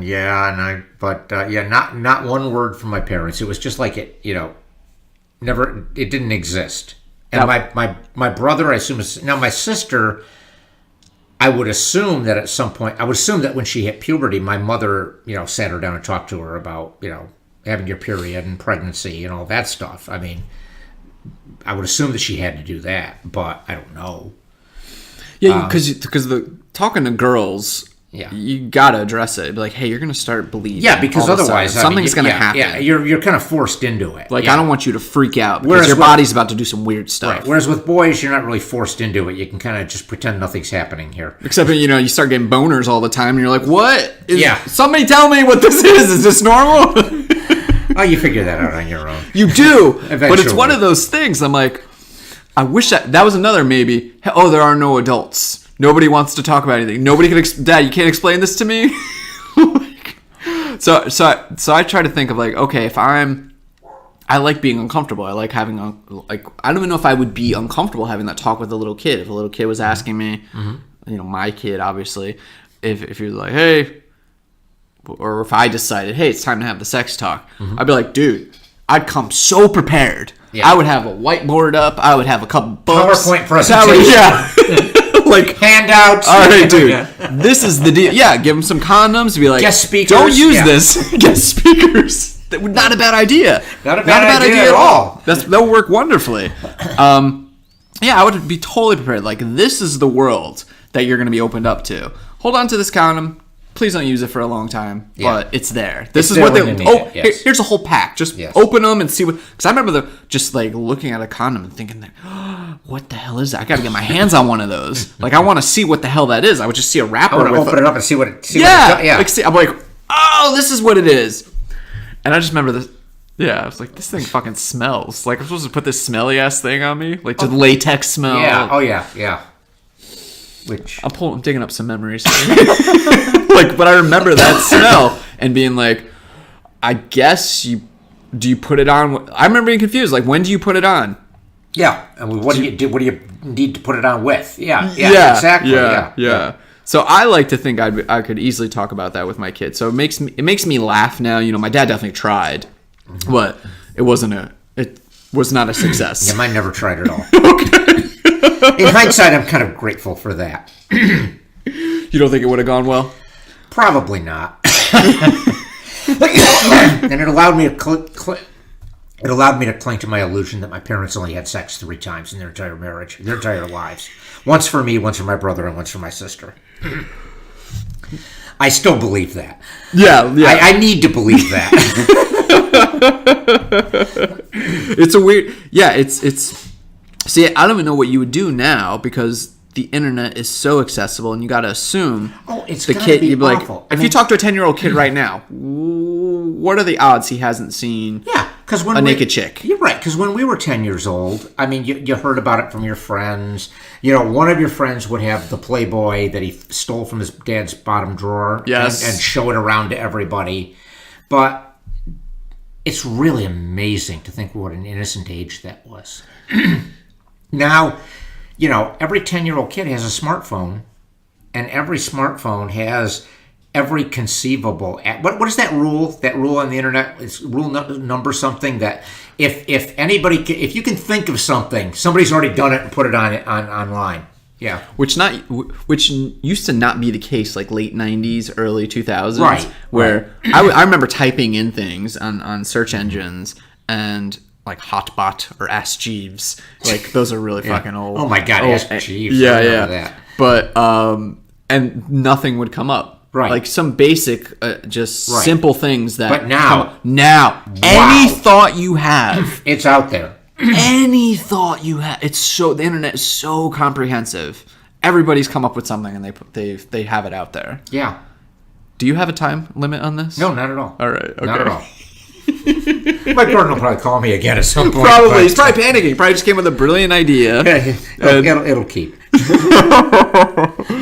Yeah, I don't know. I think about that, and I try to think. I remember I'm that same person. Like, isn't it weird when you really start thinking, like, talking about 37, writing it down and seeing it, and thinking, wow, I'm still that same 6-year-old. I'm still that same brain with those memories, and now that's just, I don't know. I like getting older. It's awesome because I just have more context of existence. Right, exactly, yes. Like, I understand the context of what's going on here because I was confused forever. Like, what is going on here? And I remember myself as a child and how I reacted to things and what I thought about things, and I just think, how did you make it through the world? How did you even get to be as old as you are now? Because, in a lot of ways, I was kind of a dumb kid. How so? Gullible. Which actually is good because I mean I was a bookish kid. I was not street smart. I'm still not. I was not a street smart kid. I was a book smart kid, and that comes with its own set of problems. Well, that's why you need a partner with somebody that is street smart. Yeah. So what are some of the? When you say you were a gullible kid, I think that too about myself. I'm like, there's because I believe in Santa for starters. Yeah. Like, I started realizing that I was easy. I was like, they tricked me for how long on that? Yeah. Am I an idiot? Mm-hmm. Like, I remember thinking, am I an idiot? And what else am I wrong about? What else do I believe? Yeah, it's fun to see how much you've changed, but you're still that same person somehow. But you're not. Your basic isness is there. Yeah, it never quite goes away. Yeah, who do you? That's something I think about. Who do you think? Listen, let's get metaphysical. Okay. Like, who do you think you are? Oh, wait, we're gonna get metaphysical. Yeah. I should. Okay. All right. Like, who do you see yourself as? Like, are you? Because that's one of the questions about religion I had too. Like, when you die and go to heaven, what version of you is going to heaven? Like, do you go as, say, if you die when you're 80 years old, are you going as an 80-year-old? Are you going as a 35-year-old? Yeah. Like, do you get to pick? Now, what happens? What happens if you die tomorrow, and Carlene lives for another 40 years, and you're reunited in heaven, and you're still a guy who looks really good for 37, and she's an old lady? Yeah. What are you gonna do? Yeah. Like, that's what I mean. Or vice versa, Carlene. It could work the other way. I'm not wishing anything bad here. She actually said that she listened to our podcast, I think, when she was on the train. She's like, she sat there, she listened to 2 podcasts. She said she loved it. She's like, I love hearing Mike. Good. She's like, you guys are silly. You guys are fun. Yeah, that is my question. Like, what I think about that. Yeah. Like, do you... who do I think of me right now? Right. Or if I'm transported to heaven, to this Catholic Christian version of heaven that I was always taught about, I die, I'm transported to heaven. Do I still look exactly the way I look now, or do I kind of look more the way I feel on the inside, which is a lot better looking? Yes, right? A lot handsomer. Right? Yes. Because the Bible doesn't address this, does it? Right, yeah. Does the Bible? I mean, it says heaven in it. Well, I mean, theoretically, we're not in our bodies. It's pure spirit. But every depiction is always your spirit looks like you. There's a bunch of like angels, and freaking cherubs, and yeah. Which, by the way, always look boring as shit. I'm like, what are we doing up here? Do you just sit here and? I have to say, I find the thought of a conventional Christian heaven terrifying. I mean, seriously, you are going to exist forever. With that, a little bit of blue sky, a white cloud, a couple of little cherubs. Yeah, it's like, and what do you do every day? Forever. Yeah. They don't really address that. Yeah, and it's like because you want to die. Yeah. Like, do you get the? So let's pretend heaven and all that stuff. The Christian heaven is for real. So yeah, if that's the option, but at the same time, like, what else did they have back then? Right. Like, when they were drawing these freaking pictures and shit. Right. And like, oh, these murals. Like, what else were they doing? Like, they didn't have cars. Yeah. They didn't have the internet. They don't have video games. Yeah. They don't have movies. And that vision of heaven was created. Couches, beds. Yeah, that vision of heaven was created, basically to keep the masses happy, to keep people happy whose lives were one long, hard slog of endless work. Laboring in the fields or in the streets, just people whose who never stopped working for a moment until they dropped dead. And so this vision of an afterlife where forever you could just be at rest. That must have been incredibly, pleasant to be told. I don't like it. I don't like boring it as shit. I like the idea of dying, and that's it. Mm-hmm. Now, I'm okay with that if that's the case. But also, I like to think that whatever heaven is, maybe it's just like a different dimension you go into, right? Or something like what? Who knows? Like who for real knows? Nobody knows. So you could postulate anything you want. The best version I ever heard of heaven, and this one I would totally want to believe in. Is Damon Runyon said once that there's a tavern at the end of the road where you and about a dozen of your friends will just spend eternity just sitting around the table with the fire crackling and the glasses being refilled, and you will have all of eternity to talk about everything you want to talk about. Will you know the answers to That's all a your good questions? Question. Will you know the Will you answers? have eternal... Well, think about this. I know it's cheesy and to say, but I have said this to Carlene. I'm like, there's no way this isn't heaven. Like, we are in heaven right now. Like, this is it. This is as close as we're going to get. I believe it. And I think there's a very good case for making that, because we... And now with Google and all that shit, we do know the answers to just about everything. Yeah. But there are some things we don't know that we won't know until we get to heaven. Like, is there a heaven? Yeah. Well, there's one of the Jack the Ripper historians said that, because there are a dozen different theories as to who Jack the Ripper was, and each theory has its own partisans and the infighting. If you go, there's a wonderful website called the Jack the Ripper Casebook, which tells you everything you want to know. But the comments section is wonderful because everybody's got their own pet theory, everybody's got their own pet suspect, and the infighting is just hilariously vicious. I mean, seriously. And he said, when Judgment Day comes and St. Peter opens the book of knowledge and reveals everything, there's going to be a crowd of a couple of hundred of us all standing there, and all we want to do is hear the name. Who was it? Who was it? And he's going to read the name, and we're all going to look at each other and go, who? Well, so that's the idea. We're going to know all the answers to everything.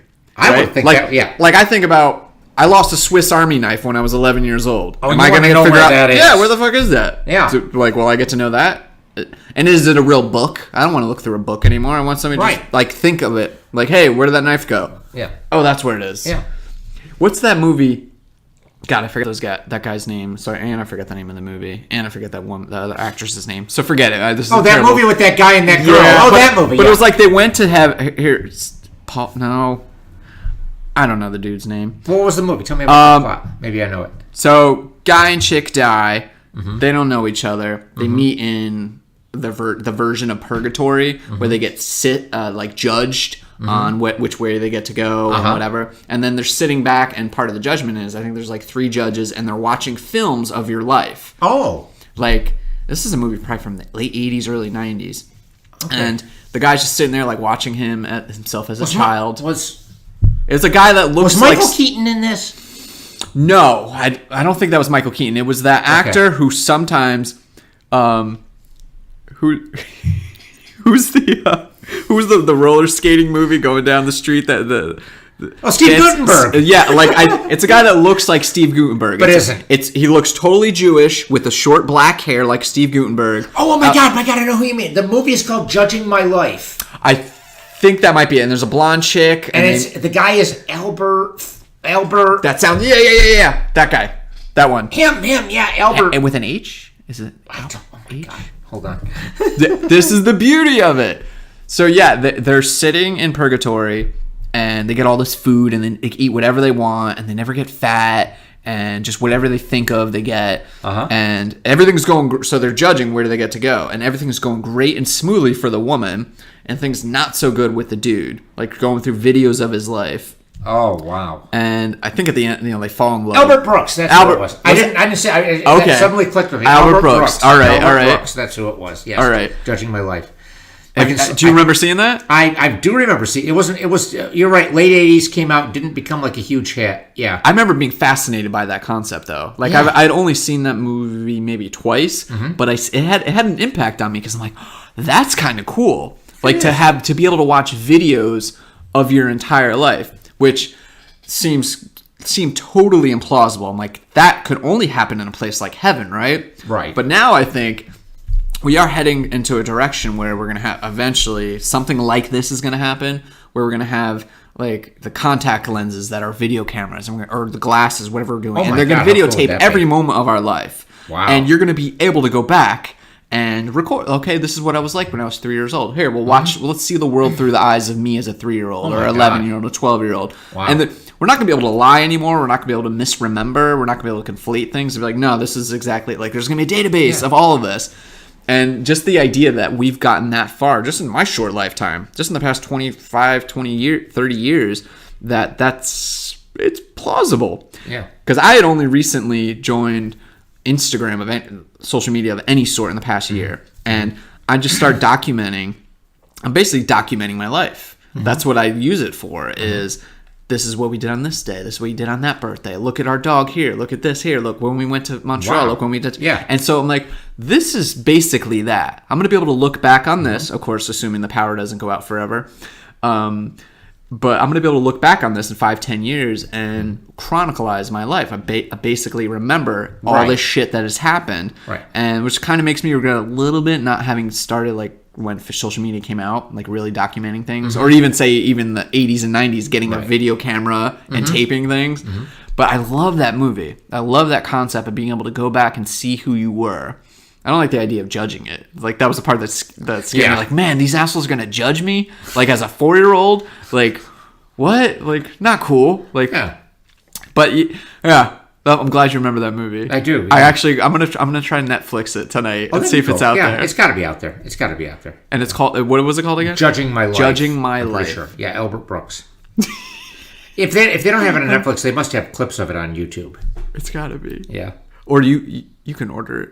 Don't you? Do you still order DVDs? Oh, absolutely. Are you guys still playing movies every day? Oh yeah. Every day. Yeah. Mm-hmm. What's the latest one? What's today's movie? Oh, what is today's movie? This week we were alternating Baywatch with The Rock and Zac Efron and Avatar. Because I should explain that up at RPI Thunder Mountain Curry, we set up a TV and with a DVD player, and we used to every Friday we celebrate a different holiday, and we would start showing movies that reflected that holiday, and that kind of spread to showing movies every day just to keep the kids happy, give them something fun to watch for a few minutes while they're waiting in line for their food.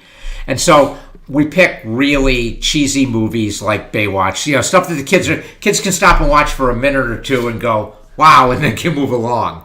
Or like, movies that every kid knows, like Animal House or Ferris Bueller. Yeah. Movies that work the best are just movies, like we talked about this. You picked some awesome movies. Movies that are just about scenes. Yeah, so you can just look up and go, oh yeah, this is the scene. This is where they shoot the horse in the dean's office. Yeah.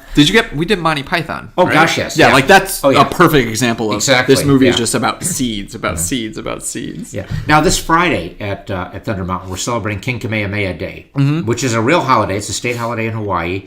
Kamehameha was the island king who united all the islands into one kingdom. And so we celebrate. We have a luau. We all wear our Hawaiian shirts. Everybody gets a lei. We have coconut macadamia ice cream with a pineapple cookie, spam dumplings. That you homemade. That I make. Don't leave that part out. You are homemade, Mr. Ice Cream Man. And Mike Gordon has a mixtape of Hawaiian music where every third song is the theme from Hawaii Five-0. Do you remember that? Yes, it's in my head right now. As soon as you say it, I know the theme. And every fourth or fifth song is the limbo song. We have a poll that everybody can do the limbo. But we're also showing Elvis Presley in Paradise Hawaiian style. Good ones. Yeah. Oh, I was just thinking of you 2 days ago. I was like, I'm gonna have to ask Mike this. What? Speaking of King Kamehameha. At Proctor's or Troy Music Hall, I forget where, but around here they're showing The King and I. I've never seen The King and I. Is it worthwhile to go see The King and I? Basically, is my question. As a playman. The King and I is a terrific musical. Okay, it is. Rodgers and Hammerstein at their best. It's a great musical.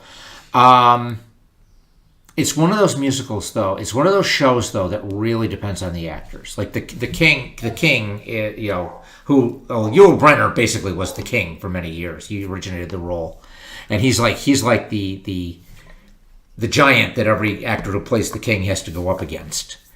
But if you have really good actors, it's a good show. Okay, so it might be worthwhile then. Yeah, I love that about around here. Just all the plays, all the shows, all the options. Absolutely, yeah. And the RPI Playhouse does some really good stuff. Yeah, we haven't been there yet. Yeah. What's a latest production? Well, right now, in fact, I saw it last weekend, and they're doing it again this weekend. They're doing their spring musical, which is Sondheim's The Little Night Music. Yeah, which is a good show. Yeah. What's the source of that? I've never heard of that. It's based on an Ingmar Bergman Swedish movie, but it's a musical comedy about a husband who's in love with another woman and a wife who's flirting with another guy, and everybody, just couples who are constantly at cross purposes, and then they all end up with the right one at the end. One of those musicals. Is it going to be one of these plays that I don't get the jokes? Like, I feel like so many times I've gone to plays, like older ones, especially Shakespearean comedies, like, it's a Shakespearean comedy. Like, I don't get the jokes at all. I'm like, what? What is that? That's not funny. Is it one of these? Not really. Or will I know when? You should be able to get the jokes. Okay. We have to go to another show together. Like a Beatles or a play or something. Yeah. That Star Wars thing we did was a freaking trip. Oh, wasn't that hilarious? That guy was a nut. If you ever get a chance to, there's another one similar to that called Potted Potter, which is these two British actors who they have like a 90-minute show where they act out all 7 Harry Potter books, playing all the parts. And they're hilarious. I took my little nephew, he wasn't so little, he was about 12. I took him to see it off Broadway in New York. And I'll tell you, one of the most fun things you can do, we were talking earlier about being in New York, is being in New York with a kid. Yeah. Because you see everything through their eyes, and it's hilarious. And like my sister and brother-in-law, they started, their older son, they started taking him to New York when he was young, and they'd go once or twice a year, and they'd kind of plan the weekend around, the trip around him, get tickets to something he'd want to see, and go to some like restaurant that's family friendly but still fun, more fun than someplace at home, that kind of thing. And so my younger nephew, I would take him to, when my mom and I would take him to New York a few times when he was younger. And he had the whole weekend, he had the whole trip planned before we ever got there. First, you hit the flagship Toys R Us store in Times Square. Then you hit FAO Schwartz, and so forth. And it's just so much fun to be in New York with a kid and watch him react to everything. Because that energy there. Oh, yes. As a little kid, I remember going there and just being like, whoa. Exactly. There's always something going on. You don't know which way to look. You don't know up, down, sideways. You don't know what to look at first. Yeah. Man, I have so many New York City memories as a little kid. Yeah, it's the looking up part that's like, wait, what? Yeah. And people built this and they go up there? Yeah. And then the guys playing the drums on the streets and the street performers and the food smelling chestnuts roasting on the street. Every corner. Yeah. Pretzels, hot dogs. And I took him to a couple of every time we went we'd see a different show. And he, for some reason, I don't know where he saw this or how it got into his consciousness, but somehow when he was about 8 or so, he wanted to go see Blue Man Group. So we took him to Blue Man Group, and oh my God, what a trip that was! Did you enjoy it? Oh yeah, I did. They're wild. Yeah, they were fun. And then I took him to see Potted Potter, which was fun too. But dude, last we talked about I like asking you this all the time because you used to write plays. Have you picked up again? I still this summer I have the whole summer off, which is awesome. Up at RPI they're remodeling, and so we're closed for the summer, and I get the whole summer off, and I haven't had a summer off in probably 20 years. It almost kind of, I feel guilty, like I should go out and get a job doing something for 3 months because it's like, how can you not work? Work is what you're supposed to do.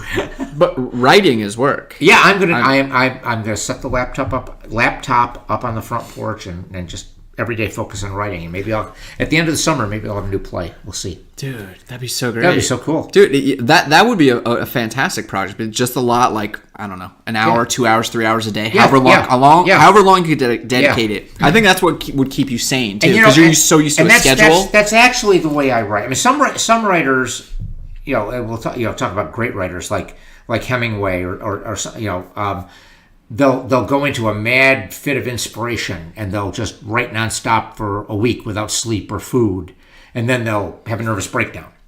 And then there are other writers who are very disciplined, and they sit down from this time in the morning till this time in the afternoon, and they just focus and they do it, which is what I am more of. Yeah, that's the way. That's the way I do it too. Yeah. I forget who the famous writer is, but his philosophy was, he's like, people ask me all the time, like, when do I get inspiration to sit down and write? And he's like, this is the way I look at it. He said, I am disciplined, like you just said. And he's like, it just happens so that every day at 9 a.m. is when inspiration strikes, because that's when I tell myself I have to sit down and write. Right. Like, you have to get those words on the paper. Yeah. Just start typing. Right. And the inspiration will come. Because you're going to have some dog shit days when you write. You'll end up with stuff that you can't use, but you did it. Yeah. You don't have to commit to yes on this at all, but I would love to be part of the writing process. Oh my God. That would be awesome. I would love to look for hey, Doug, how about this? And hey, Mike, I wrote this. How about this character? How about that? I would love to be part of that process. I would love to do that with you. Absolutely. We'll rope you in. All right. I can always use a sounding board. As soon as I get something down, we'll go for it. Dude, awesome. Yeah. Sold. Done. Sold. But you can also have your own side project that I'm not involved on at all. But I would love to be part of a writing process. Oh, that would be awesome. I love teaming up with anything. That'd be great. That'd be great. Yeah. So when I meet a writer, I'm like, okay. And buddy like you, I'm like, I want my name on that a little bit. I want my hand in that, because I don't know, I can't write on my own, but I'm good at maybe supporting ideas. That would be awesome. Or having input. Yeah. Now, have you thought about acting again? Yeah, all the time. It's just a timing thing. Remember, I said hey, there's these play tryouts at Schenectady Civic Opera. Yeah, I still want to do that eventually. That would be great. But I mean, like, working, I can't, because I'm, just so crazy. But all right, if it comes up, I wanted you to audition too. Oh yeah, I know that, and I would have, except but I'm not sure I have the time. Well, we'll see how the summer goes. We'll see how it goes. We'll see what comes up in the summer. We'll see how it goes, and I haven't acted in years. God, since my early 20s. Yeah. That's what I'm here for, man. Oh God, to push me out. Yeah, I love people stretching themselves out. That's a stretch. Yes. Good. And you still say, don't eat at Jack's Oyster House? I have not heard great things about it. All right, neither have I. Okay. Which is sad, because it was once such a proud restaurant, and when I worked there, we were awesome, and it was fun, and it was great, and it was an incredible learning experience. Do you know what I wanted to do today? But I went to the store this morning, but I didn't see him. What's that? I wanted to get some oysters and bring them in here so you could teach me how to shuck an oyster. Oh my God, we could do that. Right. Absolutely. Because I've never. But you know what? We should videotape that and put it on YouTube. That's what I mean. Yeah. That's what I mean. Like, cool. I was going to come and just have.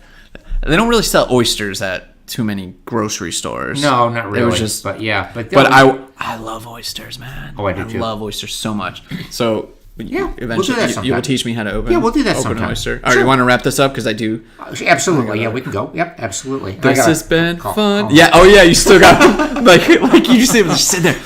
Call, answer, be back. You could just walk to his house. He's just right there. Across the street. Yeah. All right, Mr. Mike Meade, my buddy. Okay, this Mr. has been friend. This has been awesome. This has been a fun friend time. It has been time. terrific. Yes, I love doing this with you. And you'll probably be my first God, time, three-time guest. I would love to do that. I would be so happy doing that. I love it. All right. Okay, great. Goodbye, everyone. Bye-bye. Bye. All right. Awesome. Love chatting with you, man. Oh, I love chatting with you. This is so much fun.